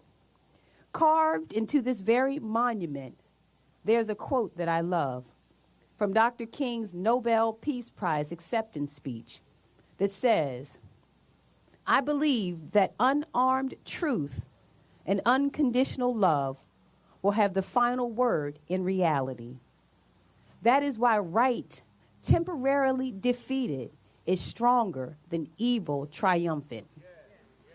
That strong faith of Dr. King reminds me, I think, of the most important memory we have of all of him. And that is that he was a minister of the gospel of Jesus Christ. It was at his core. and his memory brings to mind the old spiritual beams of heaven as I go. Harder yet may be the fight. Right may often yield to might. Wickedness a while may reign. Satan's cause may seem to gain. But there's a God that rules above with a hand of power and a heart of love. And if I'm right, he'll fight my battle. I shall have peace someday. We're right about it, and justice will come. Happy birthday, Reverend Dr. Martin Luther King. We love you forever. Every year on this day at Ebenezer Baptist Church, the church where Dr. King preached, the MLK Center, they actually have an event at Ebenezer. We'll also live stream that. Here is Dr. King's daughter, Bernice King. On what would have been his 97th birthday and the 41st observance of the national holiday, 41 years in. And I dare to say and declare, and we ain't going nowhere. We do so at a time when the world is trembling under the weight of its own contradictions, a time when inhumanity, injustice, and inequity have risen to devastating heights, a time when our nation is fractured by polarization, poisoned by fear, and paralyzed by division. We gather in a moment charged with both peril and promise, a moment when the soul of our nation is crying out, not with a whisper, but with a groan of urgency for healing, for direction, for a way forward that binds our wounds rather than deepens them. We are living in a moral crisis, not symbolic, but so deep. Our humanity is at stake. There is a battle going on between good and evil, and the future of this nation and the world house hangs in the balance. We must decide whether we will continue down the path of fragmentation or rise together into new possibilities of community. But beneath these visible crises lies a deeper affliction, a crisis of conscience and compassion. We scroll through suffering as if flipping through channels. We debate the humanity of our neighbors as if dignity were a commodity. Fear has become the currency of power. Anger is spoken more fluently than love. Hope is fading into a faint echo. And people are losing faith, yes, in institutions, in one another, in themselves, and even in God. We're divided not only by ideology, but by imagination, unable to imagine a future together. This moment demands more than memory, it demands movement. More than admiration, it demands action. More than commemoration, it demands commitment. Because the forces tearing at our shared humanity are not waiting. Nationalism, extremism, and imperialism are not waiting. The erosion of democracy is not waiting. The massacring of civilians is not waiting. Children pulled from rubble in Gaza, Sudan, Congo, Ukraine, and Haiti are not waiting. Oligarchy masquerading as democracy is not waiting. The normalization of dehumanization, disinformation, and violence is not waiting. Wars raging abroad and in our streets are not waiting. Economic inequality widening day by day is not waiting. Climate disasters devastating homes and hearts are not waiting. Human rights norms being ignored or selectively applied are not waiting. So neither can we wait.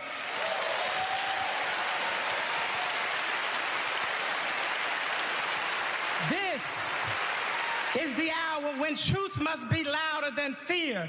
This is the hour when courage must be stronger than convenience. This is the hour when love must be more disciplined than anger. This is the hour when we choose the way that leads to life. That way is the nonviolent way, the love-centered Kingian way, the way that honors the dignity of every person, even adversaries, that resist the forces dividing us through ideology and identity, partisanship and propaganda. The nonviolent way insists we cannot build a future apart from one another. We must build a future rooted in justice and compassion. My father often reminded us that we are caught in an inescapable network of mutuality, tied in a single garment of destiny. What affects one directly affects all of us indirectly. And so you cannot cancel that garment. You cannot sever that network. I cannot be all that I ought be until you are all that you ought be. Because I am because you are, and you are because I am. Folks, if you want to understand the Trump administration's attack on black people, all you have to do is look at the decision they made today. Now, this is also what happens when MAGA uses a Negro to attack black people. That Negro they use, and I'm saying that purposely, is HUD Secretary Scott Turner. Scott Turner is a former state legislator in Texas, former football player. And so today, on this day, now let me set this thing up for y'all. Now remember, Dr. King was killed April 4th, 1968. The next day, President Lyndon Baines Johnson sends a letter to the House saying, I think it would behoove us to pass this fair housing bill, which Dr. King gave his life for because it had been filibustered for 2 years. The filibuster had been broken in the United States Senate, led by black Republican out of Massachusetts, Ed Brooke. But see, what you have to understand is you got black Republicans today who are MAGA kiss-ups, who ain't even close to an Ed Brooke. You should never, ever use Burgess Owens, Wesley Hunt, Byron Donalds, Tim Scott, Scott Turner in the same breath as an Ed Brooke. So here it is on this day. Again, remember, King gets killed April 4th, LBJ sends a letter April 5th, and a week later, that bill is finally passed by Congress. So don't think it wasn't by design that the Trump folk would announce today the scrapping of a Biden-era rule. This is the New York Post in exclusive. HUD terminates Biden-era DEI deal that forced racial preferencing in home appraisal industry, which also is a lie. This is what they said under former President Joe Biden. HUD used disparate impact theory, the idea that a neutral policy has a disproportionately negative effect on underrepresented families, minorities, to impose race-based policies on the Appraisal Foundation, a nonprofit entity authorized by Congress to set qualifications for property appraisers. And now, listen to this. Here is again, because that's him right there. That's right there, the Negro who they are using to screw over black people. Property appraisals are an integral component of helping Americans realize the dream of home ownership, HUD Secretary Scott Turner said in the statement. But the Biden administration weaponized the Fair Housing Act to inject DEI into the appraisal industry, focusing on illegal race preferences rather than ensuring every American has equal access to quality, affordable housing. Today, HUD is ending the politicization of property appraisals to restore fairness and equality to civil rights enforcement and housing. Y'all, let me explain something to y'all why that's just bullshit. Now, you got to remember, Biden-Harris really was focused on the issue of ending racism in home appraisals. And so what they did was they looked at the actual data that showed how black people were being absolutely screwed when it came to home appraisals. This right here is a New York Times article from November 2nd, 2022. Widespread racial bias found in home appraisals. Then you go to the story. It says right here that the Biden administration and the Federal Housing Agency released 47 million appraisal reports to the public for the first time. The appraisals, which were compiled between 2013 and 2021, present evidence of a persistent, widespread practice in the home appraisal industry to give higher values to homes when the occupants are white and devalue them if the owners are people of color. Analyzing the millions of appraisals by using census tracts as a proxy for neighborhoods and comparing communities with nearly identical housing stock, two researchers found that the results showed a clear correlation. The higher the proportion of white residents in each community, the higher the appraised value of individual homes. Now, see, for all you Negroes who said you couldn't support Vice President Kamala Harris because she was too black, she wasn't black enough, or you didn't like her for other reasons, you know she was advocating for this, advocating the ending of the racism, requiring these appraisals to have training. Okay, and then you might say, well, you know, okay, I feel you, I feel you. But you do have to understand, in fact, I pulled it up. This is another New York Times article. Kamala Harris says inequality persists in home appraisals. The vice president announced new plans to prevent racial bias in home appraisals following the evidence of widespread discrimination against black homeowners. See, that Negro Scott Turner and Donald Trump, they don't give a damn about black folks being screwed through home appraisals. They don't care about the billions of dollars that black people lose due to racist home appraisals. No, they want to slap DEI on everything. What I tell y'all when we said voting has consequences. Cameron, I'm going to start with you. Again, this is a perfect example. No surprise they would announce this today. They don't care about black people. They don't care about black wealth. They don't care about ending discrimination. What they want to do is they want to cut off access to equality. They want to cut off access to forcing folk to do what's right. And if it has a positive impact on black folks, the Negroes like Scott Turner and Donald Trump don't give a damn, and they say end it. So much of black wealth, the number one thing that we own is a home. And this, I remember when this was being enacted and talked about, this was one of the last things I worked on, just in terms of them to do it on Dr. King's holiday. By design. By design, on a day where Donald Trump and no official accounts from the White House or the president are even acknowledging Dr. King's holiday. It just is a stab in the back. And I think for the people who know there's racism and the racist nature of both the president, his administration, and things they're doing, I think this doesn't come as a surprise. I think for the people who turn their nose or turn a blind eye to it and continue to support the administration, I think this is just another thing they want to sweep under the rug and just not pay attention to. But it does cut at a core issue because so much of our wealth, like the number one thing any family owns where their wealth is generated is in their property, is in their homes, and being able to pass that on to the next generation. And so when you're cutting off a few $100,000 homes and you're cutting off tens of thousands of dollars on that appraisal, that significantly not only impacts that family, but it impacts the wealth they're able to pass on to their kids. And it's just another dismantling of the entire ecosystem that supports black folks in America.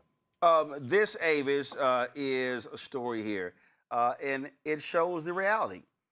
Due to racist home appraisals, it has cost black America $150 billion in equity. This is what this piece right here says.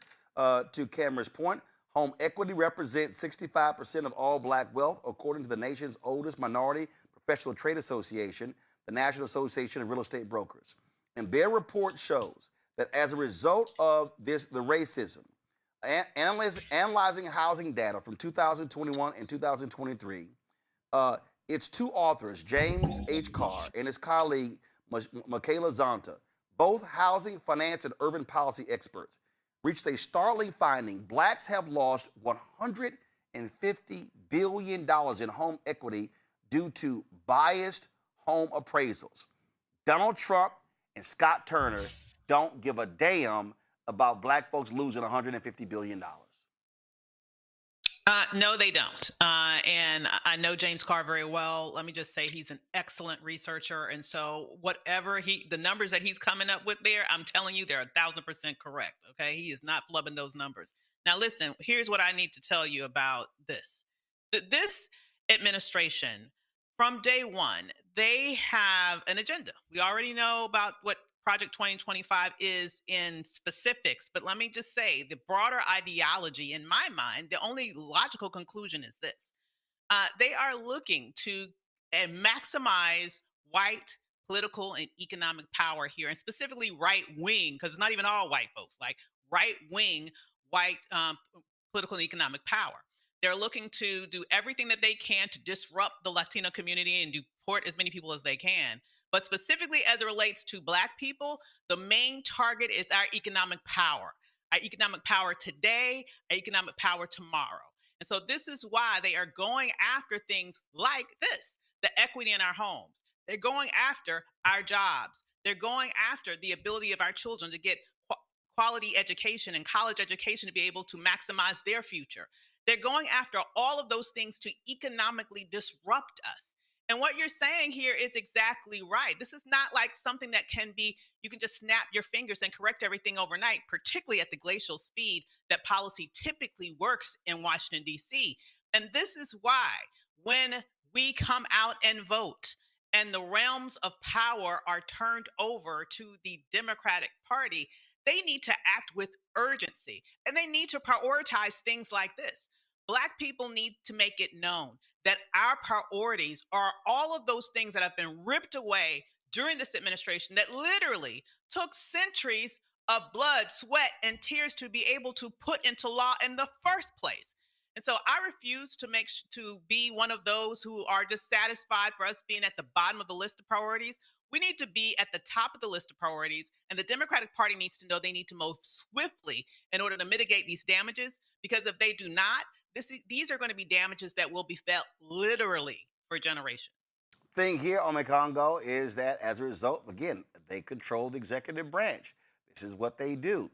This is one of those issues that any Democrats who's talking about running for office in 2028, you better be talking about this here, because this goes right to the issue of Black wealth creation and sustaining what we already have.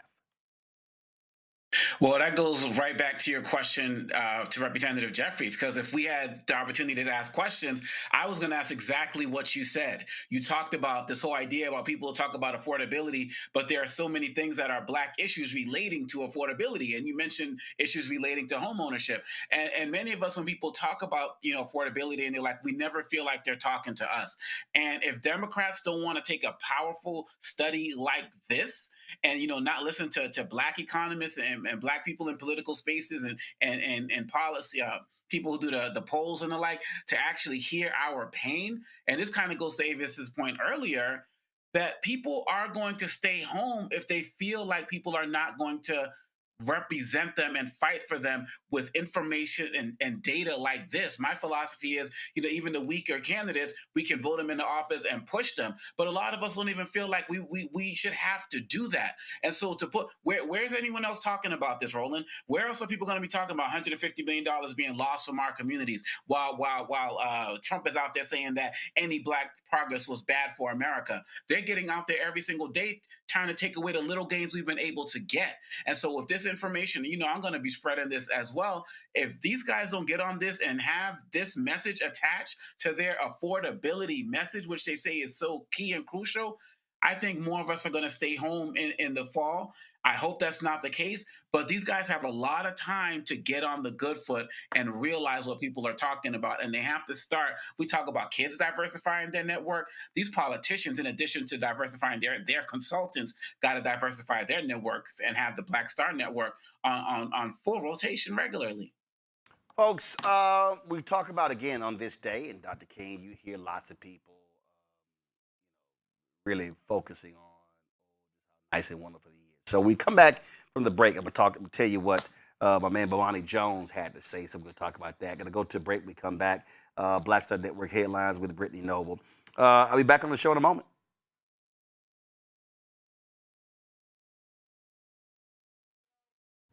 That evening, I was in Indianapolis, Indiana, campaigning with Robert Kennedy, working toward his nomination, the Democratic nomination for president.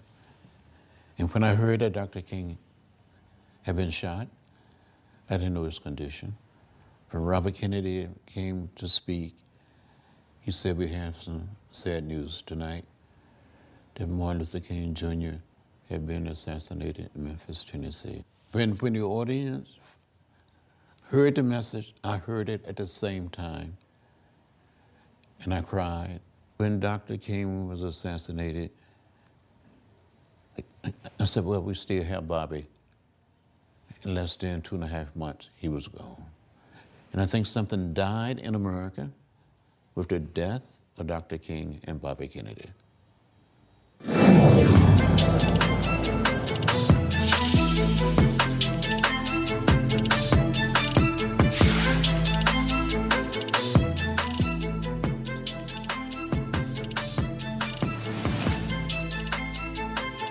If in this country right now, you have people get up in the morning and the only thing they can think about is how many people they can hurt, and they got the power, that's the time for mourning. For better or worse, what makes America special, it's that legal system that's supposed to protect minorities from the tyranny of the majority. We are at a point of a moral emergency. We must raise a voice of outrage. We must raise a voice of compassion. And we must raise a voice of unity. We are not in a crisis of party versus party. We are in a crisis of civilization, a human rights crisis, and a crisis of democracy itself. And guess what? You've been chosen to make sure that those that would destroy, those that would hate, don't have the final say, and they don't ultimately win.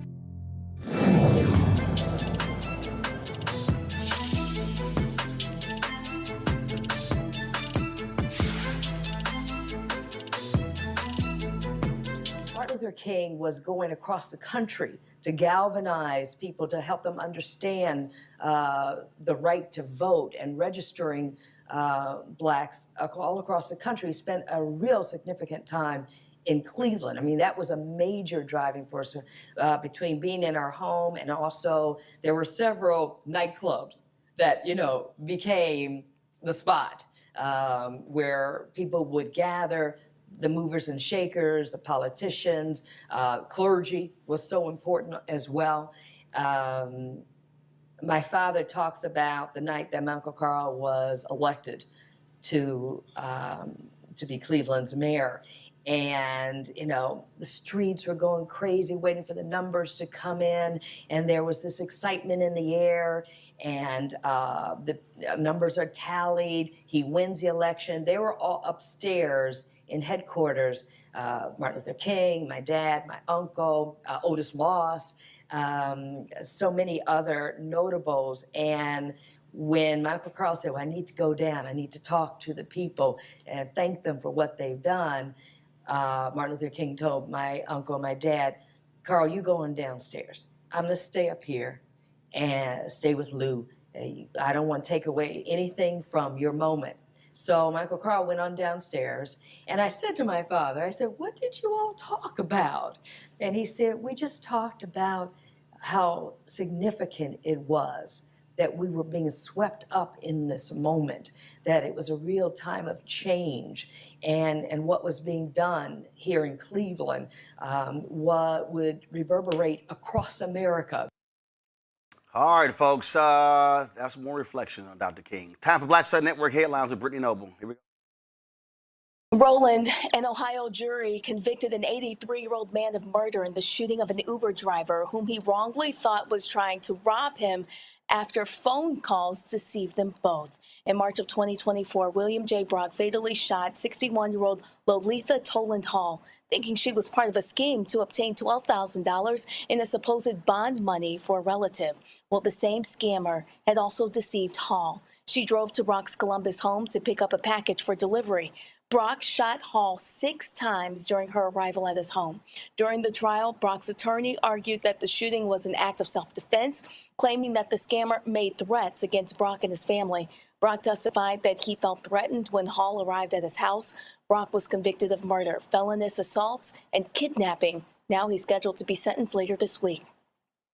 New Jersey's Attorney General is suing a suburban police department for systematically targeting Black and non-white drivers. Data from the Clark Township shows that between 2015 and 2020, Black drivers were pulled over nearly 4 times more often than white drivers, despite making up a small portion of the population. The lawsuit also cites a whistleblower's recordings alleging that town officials used racial slurs and discussed policing strategies meant to keep Black people out of the community. The U.S. Department of Education delays a plan to garnish wages of those with defaulted student loans. The agency says this move is only temporary. Secretary of Education Nicholas Kent says the temporary pause will help the Trump administration make improvements to the broken student loan system so that it functions more efficiently and fairly. However, delinquent student loan borrowers could see wage garnishments next month. The Committee for Responsible Federal Budget accuses Trump of receiving and extending pandemic-era student loan pauses that it had vowed to end. Around 5 million borrowers have defaulted on student loan payments, which means they haven't paid their debts in about 9 months. Immigration and Customs Enforcement says a man has died while in federal custody. ICE identified the detainee as Victor Diaz, a 36-year-old undocumented immigrant from Nicaragua who died on January 14th at a detention facility in El Paso. Contract security staff say they found him unconscious and unresponsive in his room. An immigration judge ordered his removal last August, and ICE processed a final order of removal just 2 days before his death. The agency says he died of a presumed suicide, though the official cause of death remains under investigation. This marks the 5th death of an undocumented migrant in ICE custody in the first 3 weeks of 2026. Trailblazing mathematician Dr. Gladys West, whose groundbreaking work helped make the modern GPS possible, has died at 95. Raised in segregated rural Virginia, West rose to become a key scientist at the Naval Surface Warfare Center, which is where her precise calculations help build the GPS systems that we use every day. While her contributions went unrecognized for decades, she is now celebrated as a hidden figure whose work transformed global travel, emergency response, and everyday technology. Dr. Gladys West leaves behind a legacy of brilliance, perseverance, and world-changing impact. Roland? Thanks a bunch. Folks, I saw a lot of different commentary today around Dr. King, and I really love what Bomani Jones had to say on his digital show. Check this out. I believe that Martin Luther King is the finest man that this country has produced, a man good in such a way that I don't think that this country deserved him in a number of ways. And the biggest thing that I say about King that I think is very important and speaks to, what he is or was, is that no one has ever spoken with greater moral clarity. And my greatest frustration with people who misappropriate his words, or, as this day goes on and people go and find the most benign quotes of his that they possibly can to put him out there, don't worry, be happy, Martin Luther King, right? That kind of stuff. You have to do it on purpose. It's the only way. You can't accidentally get it wrong. It's not possible, what was right and what was not. It wasn't just like expressed in slogan. It was always broken down. Because the thing about King that we also don't talk nearly enough about is he's really, really, really smart, right? Like the the logic on his stuff, like if you were doing it with arrows, like A implies B, B implies C, all that stuff, the lines are always so clear. There's so little noise that surrounds it at every turn, right? Like it's so clear. It's always there. It's so resonant. And it makes you stop and realize, and this is part of why King was so effective. Like, do you realize how like bad of a person you had to be to disagree with the things that he was talking about?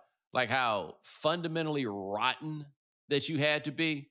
That's the only reason that like this holiday ever got passed or anything else, is that it's like ain't no leak in that ship, man. It's not there. It's not. And so with that in mind, I encourage you to go find anything that King has written.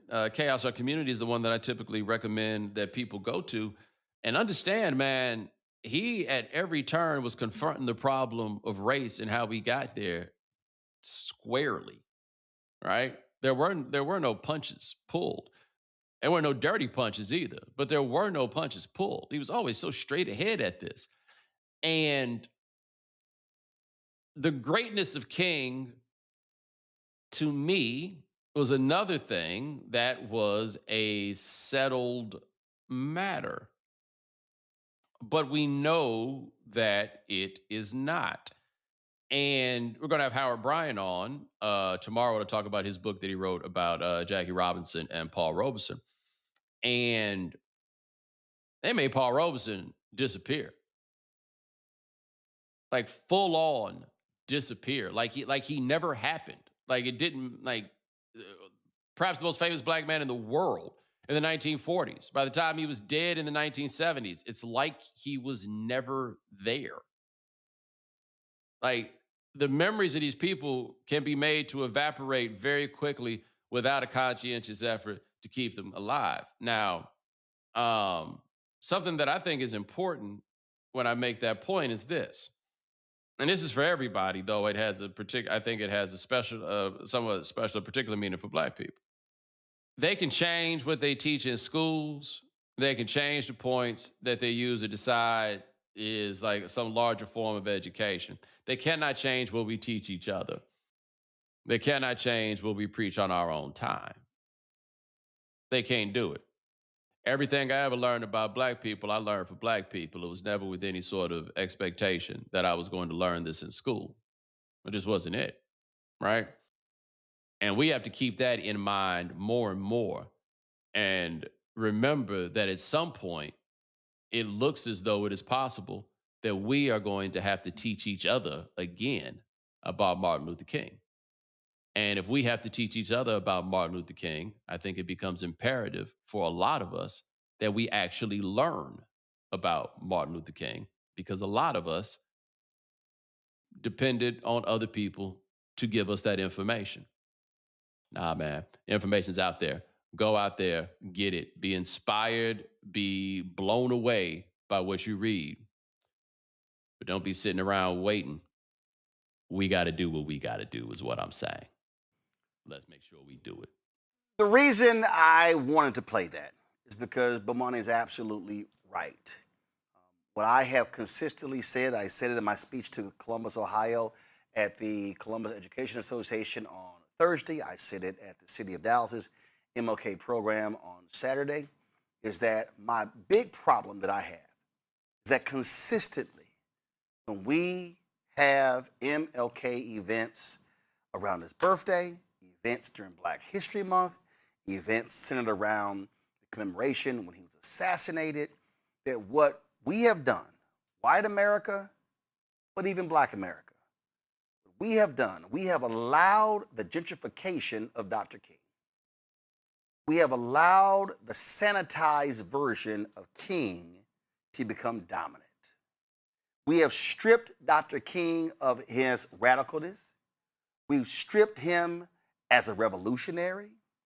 We've stripped him down to just being, oh, this nice, wonderful, cuddly teddy bear who just wanted all of us to just get along.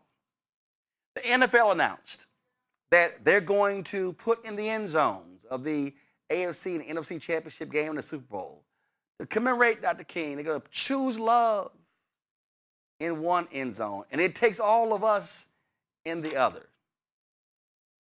We talk about I Have a Dream. Oh, I saw this post from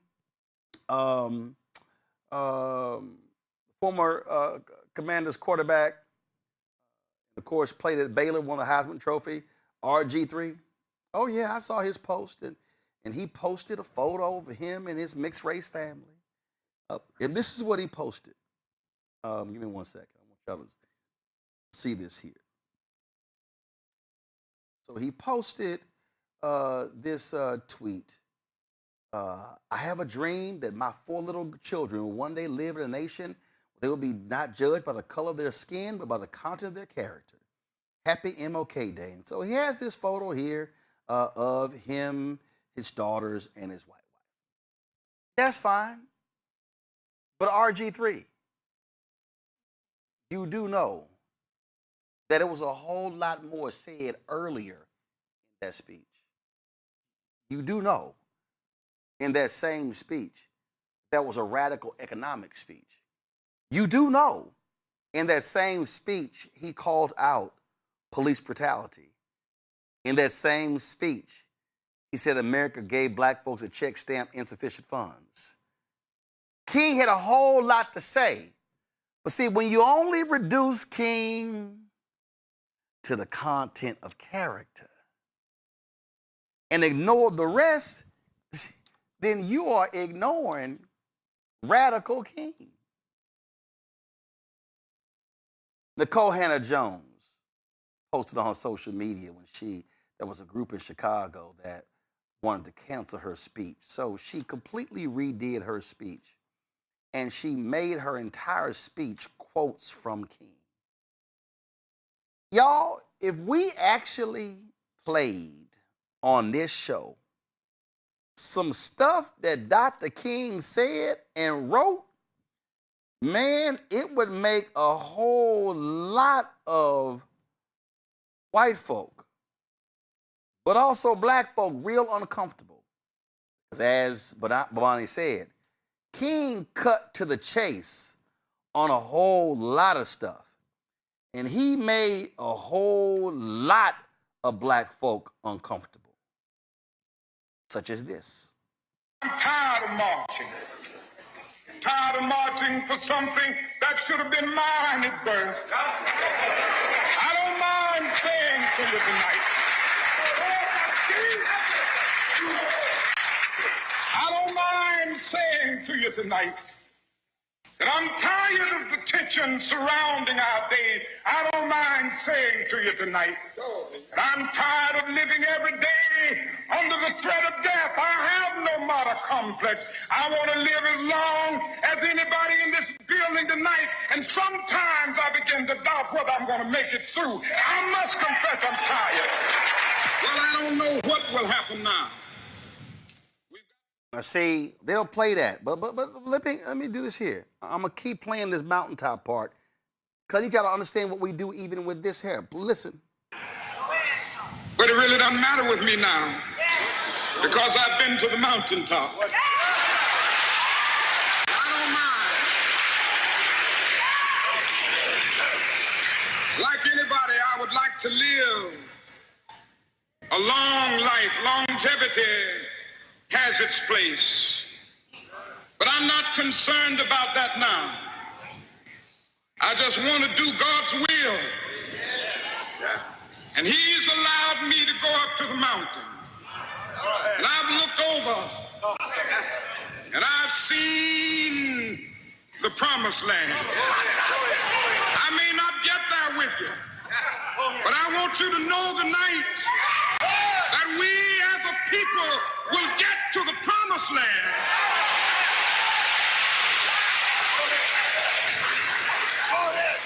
So I'm happy tonight. I'm not worried about anything. I'm not fearing any man. Mine eyes have seen the glory of the coming of the Lord. See, we love to play that part of his speech. That's the bottom 2 minutes. But how many times have you heard people play the other 41 minutes? How many times have you heard him talk about we're going to have economic withdrawal? How many times have you heard folk play that part of King? That the King was a radical. 1959, A. Philip Randolph, president of the NAACP, actually called MLK a radical. King scared America. Do you understand that 33% of America approved the King in his last year? See, this is what folk don't want to confront. They don't want to confront that King. Because, see, when that King speaks about being a militant, oh my God, they get scared because, see, you can't be a black militant. If you're a white militant, they call you a patriot. They call you a founding father. Not when you're a black militant.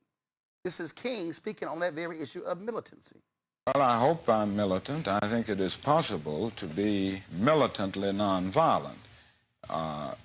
Nonviolence can often be misunderstood, and I think this is what happens when one uses the phrase passive resistance, which is a good one, but it can be a misnomer at some points because it gives the impression that one is passive and doing nothing, wherein this is a very active method, a very powerful one, and it does resist. What we insist in the nonviolent movement is that in resisting the unjust system, and this should be done with all of one's might, but not with violence, and it should not be done with hatred. He's talking about militant, but that is not the King they want us to know. Because, again, the further you get away from King, then what you do is you get away from his death. That means that you are stripping him of what made him him, stripping him of him calling out America, challenging America in every facet. I'm going to play one more before I go to my panel. Listen. Be honest enough to tell you that I'm worried about America. Yeah. I'm worried about our nation because it's sick with racism still. Just think about the fact that we live in a nation which was founded on the principle that all men are created equal.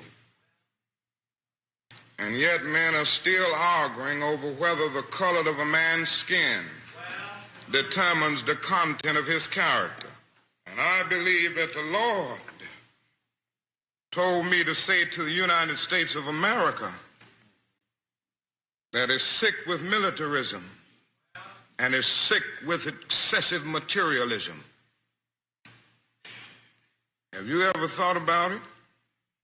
There are between 38 and 50 million people in the United States of America who are poverty-stricken, make an income less than the poverty level, and yet this is the richest nation in the history of the world. Our national gross product this year will go beyond $800 billion. And yet there are between 38 and 50 million people who are poverty-stricken. Now, something wrong. A lot of people are afraid to say it. But I don't mind saying it. You see, somebody said to me the other night, don't you think, Dr. King, you are going to have to start speaking more in terms of the administration's policy? Because since you started talking against the war in Vietnam, it's hurt the budget of your organization, and people who once respected you don't respect you anymore. And I had to look over and say, sir, I'm sorry, but you don't know me. I'm not a consensus leader. I don't determine what is right and wrong by looking at the budget of my organization, and I don't determine what is right and wrong by taking a Gallup poll of the majority opinion. And so because there's something wrong, our struggle must continue. And what we must see is that our nation's summers of riots are caused by our nation's winters of delay. I'm gonna start with you, Emmy Congo. That's the king that Bermani is talking about. That we have to be teaching our children, our nieces, our nephews, our fellow brothers and sisters, and we've got to stop asking them to do it because they are never gonna teach that king. That's right. That's right. I mean, and for me, going like what Bomani said, I had to learn from my own community because even growing up, they not only taught us the pacifist side of Dr. King, that was all he was, but then they said, and then there was this other guy, this violent guy, Malcolm X, and don't be like that. And so when we take the real Dr. King and you realize that their messages were the same, Andy Young talks about, they were friends, and all of those stories we don't know. That energy that I just got, if more people saw that image of Dr. King, those videos, and the fact that, in color to connect it more, with society today, because we think it's ancient and black and white times and all of that, that is what's so important. And lastly, I will say, when he said that point about y'all must not know me, I don't go to polls or whatever to get my opinion, Democrats need to also see that story as well, because like Jennifer Welch said, they crowdsource their morality. They take polls and talk to these consultants before talking about what's right. Dr. King said the time is always right to do right. I love talking to my kids about Dr. King and what he represented and what Coretta Scott King represented. And when we teach them, they easily turn on the TV and see that they're being lied to about this man. And it leads them to question what else have they been lied to about as it relates to our history. That's why we got to go with what Bomani said and take the weight and teach it the right way ourselves and teach about him ourselves the right way. Avis, his book, Why We Can't Wait. I have it right here. Also, first of all, King only wrote 3 books. People don't understand it. He only wrote 3 books. This is one of those 3, Chaos or Community, which Babani talked about. I've talked about that book for years, and I guarantee you I sold more copies of that book than the King kids. I have mentioned that book, and I have mentioned that book in speeches for 20 plus years. And the thing is, in here, MLK is challenging at their core white preachers for their silence. He's challenging the folks saying, how can you be about Jesus, but then you are silent on the treatment of black people? Again, this is radical King. Now, the words may be, again, somebody might sit here and say, well, the words are flowery and they're poetic. But no, he was calling white folks out at their core in this book. He certainly was, and specifically white quote unquote progressives. Here is the thing that we have to realize, that this is someone who was a radical truth teller. He was someone of extraordinary levels of courage and bravery. He is someone who could not be bought. He is someone who could not be intimidated. Don't think that our own FBI didn't try every which way. Everything. To undermine him, right? However, he had a strong sense of justice, righteousness, and an understanding that he was meant. I just have to believe he knew in his heart he was meant to be the leader of that time. And when I think of his work, I think of the timelessness of it. So, I have an email that I send out to my folk on a regular basis. And today, when I wrote about King, I included a quote of his that I feel like is especially relevant for this moment. And that quote is, "We must see now that the evils of racism, economic exploitation, and militarism are all tied together. And you cannot get rid of one without getting rid of the other." That's from Where Do We Go From Here, 1967. That could have been said yesterday. Indeed. This is timeless wisdom, timeless courage, timeless leadership, and it's our responsibility to continue that legacy through the acts that we do each and every day. Indeed. I love this one here because for folk who somehow think that black is beautiful, was only James Brown, was only Stokely Carmichael, was only the Black Panthers, was only Aretha Franklin and others. No, again, this is the king. You ain't gonna hear MSNBC, CNN, Fox News, ABC, NBC, CBS, News Nation, or any of these folk, Newsmax, OWN, One American News. They ain't gonna play this. We don't have anything to be ashamed of. Somebody told a lie one day. They couched it in language. They made everything black, ugly, and evil. Look in your dictionary and see the synonyms of the word black. It's always something degrading and low and sinister. Look at the word white. It's always something pure, high, and clean.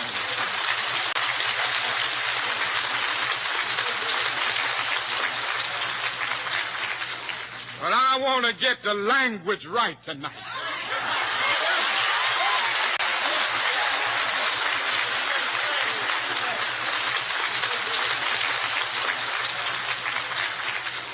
But I want to get the language right tonight.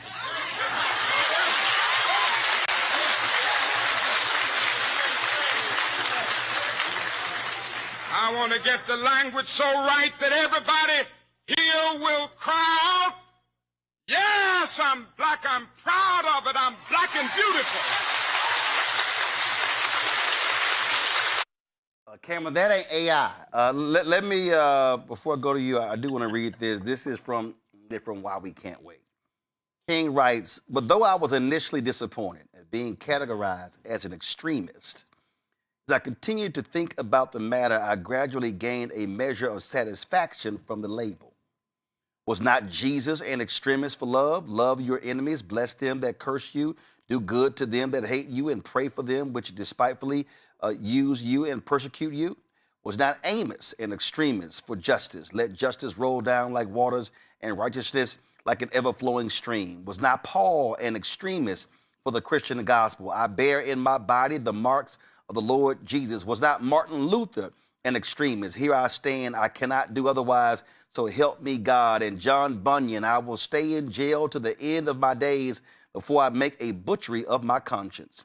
And Abraham Lincoln, this nation cannot survive half slave and half free. And Thomas Jefferson, we hold these truths to be self-evident that all men are created equal. So the question is not whether we will be extremists, but what kind of extremists we will be. Will we be extremists for hate or for love? Will we be extremists for the preservation of injustice or for the extension of justice? In that dramatic scene on Calvary's Hill, 3 men were crucified. We must never forget that all 3 were crucified for the same crime, the crime of extremism. 2 were extremists for immorality and thus fell below their environment. The other, Jesus Christ, was an extremist for love, truth, and goodness, and thereby rose above his environment. Perhaps the South, the nation, and the world are in dire need of creative extremists. I wish we had a few more extremists who took on some of those, like I said, extremists for love, extremists for justice. As we were thinking about quotes, and especially in this, and we had so many different politicians on who like to pull like some of the highlights and quotes from Dr. King. But there's something Dr. King was working on, the Poor People's Campaign, and he was organizing around trying to end poverty, as you mentioned, as you showed in some of your quotes there. And I think one that really strikes me, and that when I think about how we win back the House, or how politicians really need to focus on, is on poverty. Where do we go from here? He said, I am now convinced that the simplest approach will prove to be the most effective. The solution to poverty is to abolish it directly by a now widely discussed measure, the guaranteed income.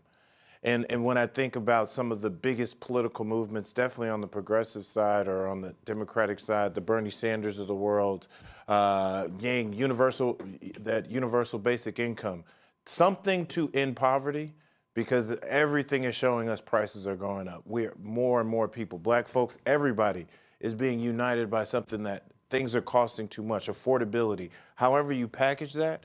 And the fact that that was something that was so poignant and so focused of King, even right up until his death, is something that I think we need to draw back on and really understand how he was able to speak about that and how he was able to focus on that. If we really think we're going to take back and kind of lift not just black folks up, but lift all of us up. Well, do understand, folks, one of the reasons why we did this show today the way we did it is because we know you are not going to get this much blackness, even on this day, on all those other networks combined. Matter of fact, I used to hate going on CNN on this day. Roland, do you believe that if Dr. King was here, that he would not be happy that his dream is not being fulfilled? They were all fixated on that question. I couldn't stand that. It was just dumb to me. In fact, there was one network that reached out to me that wanted me to come on to talk about the story that Cameron mentioned, young folks as they get further away from the civil rights movement. I was like, really? Out of all the black stuff that's happening today, y'all want to talk about that? But they canceled me because they got an interview with the coach of the Indiana football team because the national championship is being played tonight. So that tells you right there what priorities are. But this 2-hour show here is a perfect example of why black-owned media matters. We don't take King Day off for this very reason. Because we know these other networks, they're not going to play, they were not going to stream the MLK Memorial Wreath-laying ceremony. We did. They weren't going to stream all of the Ebenezer Baptist Church event.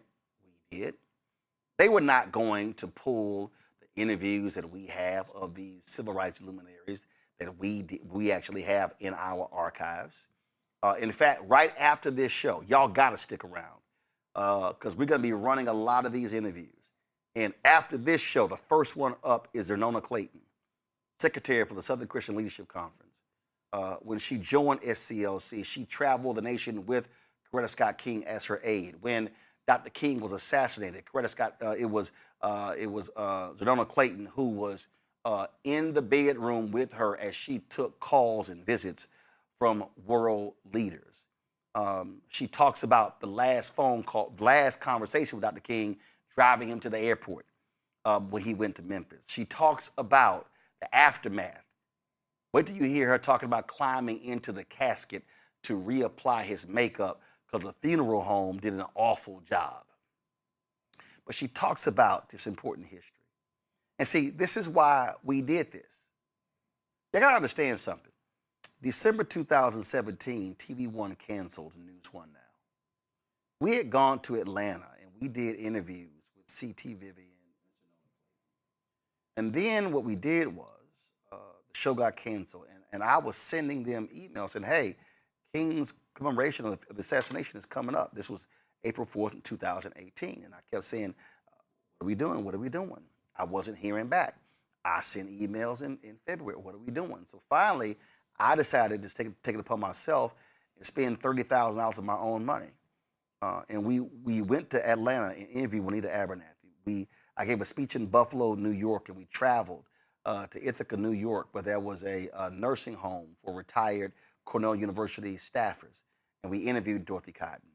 We hopped on a plane and went to San Francisco and went to Stanford, interviewed Clarence Jones, Dr. King's attorney, who helped him write the March on Washington for Jobs and Freedom speech, the I Have a Dream speech. In fact, I talked to Clarence today. He turned 95 years old a week ago. We talked to Claiborne Carson, who leads the King Center at Stanford University. We went to Memphis and talked to Bill Lucy. Lucy died last year, labor leader. We went to Los Angeles and talked to Dr. Lawson, an amazing figure. We did that. We did it because the voices needed to be recorded. Talked to Lori Stokes when the book came out. Her father was Carl Stokes, Reverend Jackson, Andrew Young, John Lewis, Eleanor Holmes Norton. We did that because we needed their voices. To listen to Reverend Jackson talk, he doesn't sound that way today. Dorothy Cotton, We interviewed her in February. The last words I said to Dorothy, "I'll see you in Memphis." She says, "Roland, I'll see you in Memphis." She never made it to Memphis. She was too ill. She died in May. Y'all, this is why Black-owned media matters. Our ability to record these stories and to share them and to have them and to be able to preserve them and then be able to replay them year after year and make them available, that's why it matters. I don't care. See, people have asked me, man, if MSNBC and CNN, one of these networks, and came and offered you a show, I'm like, no, because if I can't own it and control it, I don't want to do it. It doesn't matter if they want to pay me $2, $3, $4, $5 million. Because see, if you own and control the product, then you are able to share it with the public. So you need to understand that we don't just do these shows the way we are just because. So when I'm talking about why it's important to help us fund this, we don't have millionaires and billionaires. We don't have these ad agencies dropping millions of dollars on us to do what we do. And I have said for a long time, Black America will rule the day. And we don't have Black-owned media. I was told the other day, Essence laid off 28 people last week. 28 last week. I've said it, Ebony, pretty much an Instagram page. They hired Cora Murray to try to generate more content, but y'all need to understand something. We are in trouble if we do not have Black-owned media that centers Black America. White mainstream media, they'll talk about Dr. King today only because it's the holiday. And they'll give it a little time. People are hitting me up, say, what are your Black History Month plans? I said, we have none. Because we do Black history every day. What are your plans for Black Music Month? None, because we do Black music every day. This is about centering us. More importantly, not asking for permission. Let me thank Ome Congo, Avis, Cameron for being on today's show. I appreciate it. Folks, be sure to share this show. Share what you heard from here. And when I ask you to join our Bring the Funk fan club, it's more than 2,000 or 3,000 of you watching right now on YouTube and the app. And if you have not contributed to our show, you should. Because I'm telling y'all right now, the stories don't get told. Those civil rights voices, they're passing away. I said that Clarence Jones is 95. Andrew Young is 94. Interviews that we have, Harry Belafonte, we interviewed him, ancestor. Juanita Abernathy, ancestor. John Lewis, ancestor. Dorothy Cotton, ancestor. And several others. Bill Lucy, ancestor.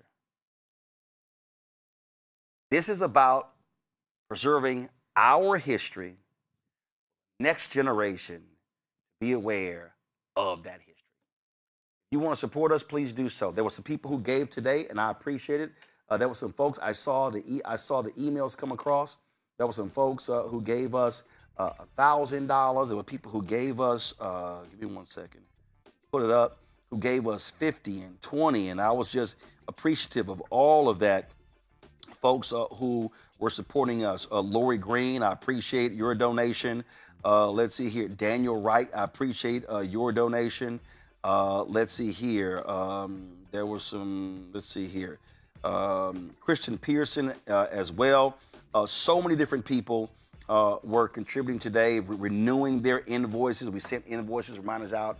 And so, folks, I tell you, if 20,000 of our fans, viewers, whatever, contribute to our show, a minimum of $50 each a year, it raises $1 million. It offsets the $195,000 a month it costs for this show, this studio, this network. This Saturday, we're shooting 2 episodes of our upcoming health show, Second Opinion with Dr. Ebony Hilton.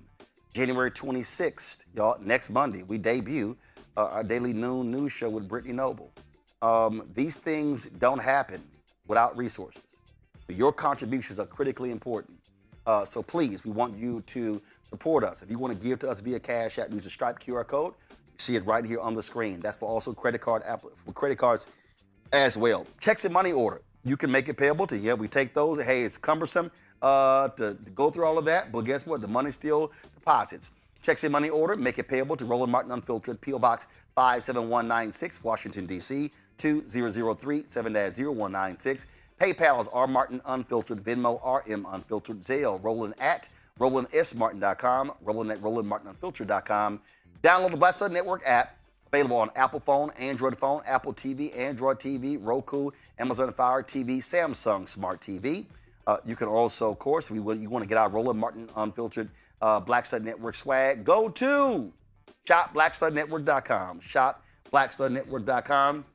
And so you can get our t-shirts, our hoodies, and all that good stuff.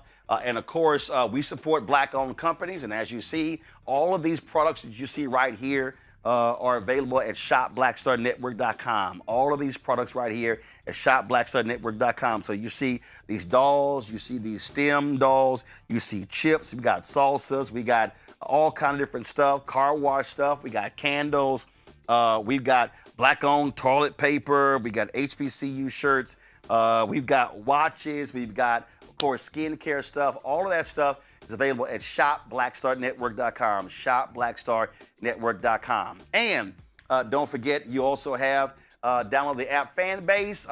And guess what? We're almost there. Raised $17 million, less than $100,000 left. If you want to invest, go to startengine.com/fanbase. All right, folks, when I was looking for an MLK shirt, I realized I didn't really have a lot, but this was when I gave the keynote address in San Antonio. Y'all realize San Antonio has the largest annual MLK parade that takes place? That's right. So I spoke when they had their 50th anniversary, and so I just want to go ahead and rock this. And so the folks in San Antonio, keep up having your MLK Day Parade. Folks, that's it. Again, coming up, an amazing conversation with Sonona Clayton, who worked with Dr. King and Coretta Scott King, and then over the next several hours, many more of our civil rights luminaries who knew and worked with Dr. King. Be sure to check that out, people. Share it, pass it on, so folks can get educated. Trust me, you're not going to find this content on any other black-owned platform. You're not going to see it on any other mainstream white platform. You're not going to see it anywhere. This is why Black Star Network matters. I'll see y'all tomorrow. Holla!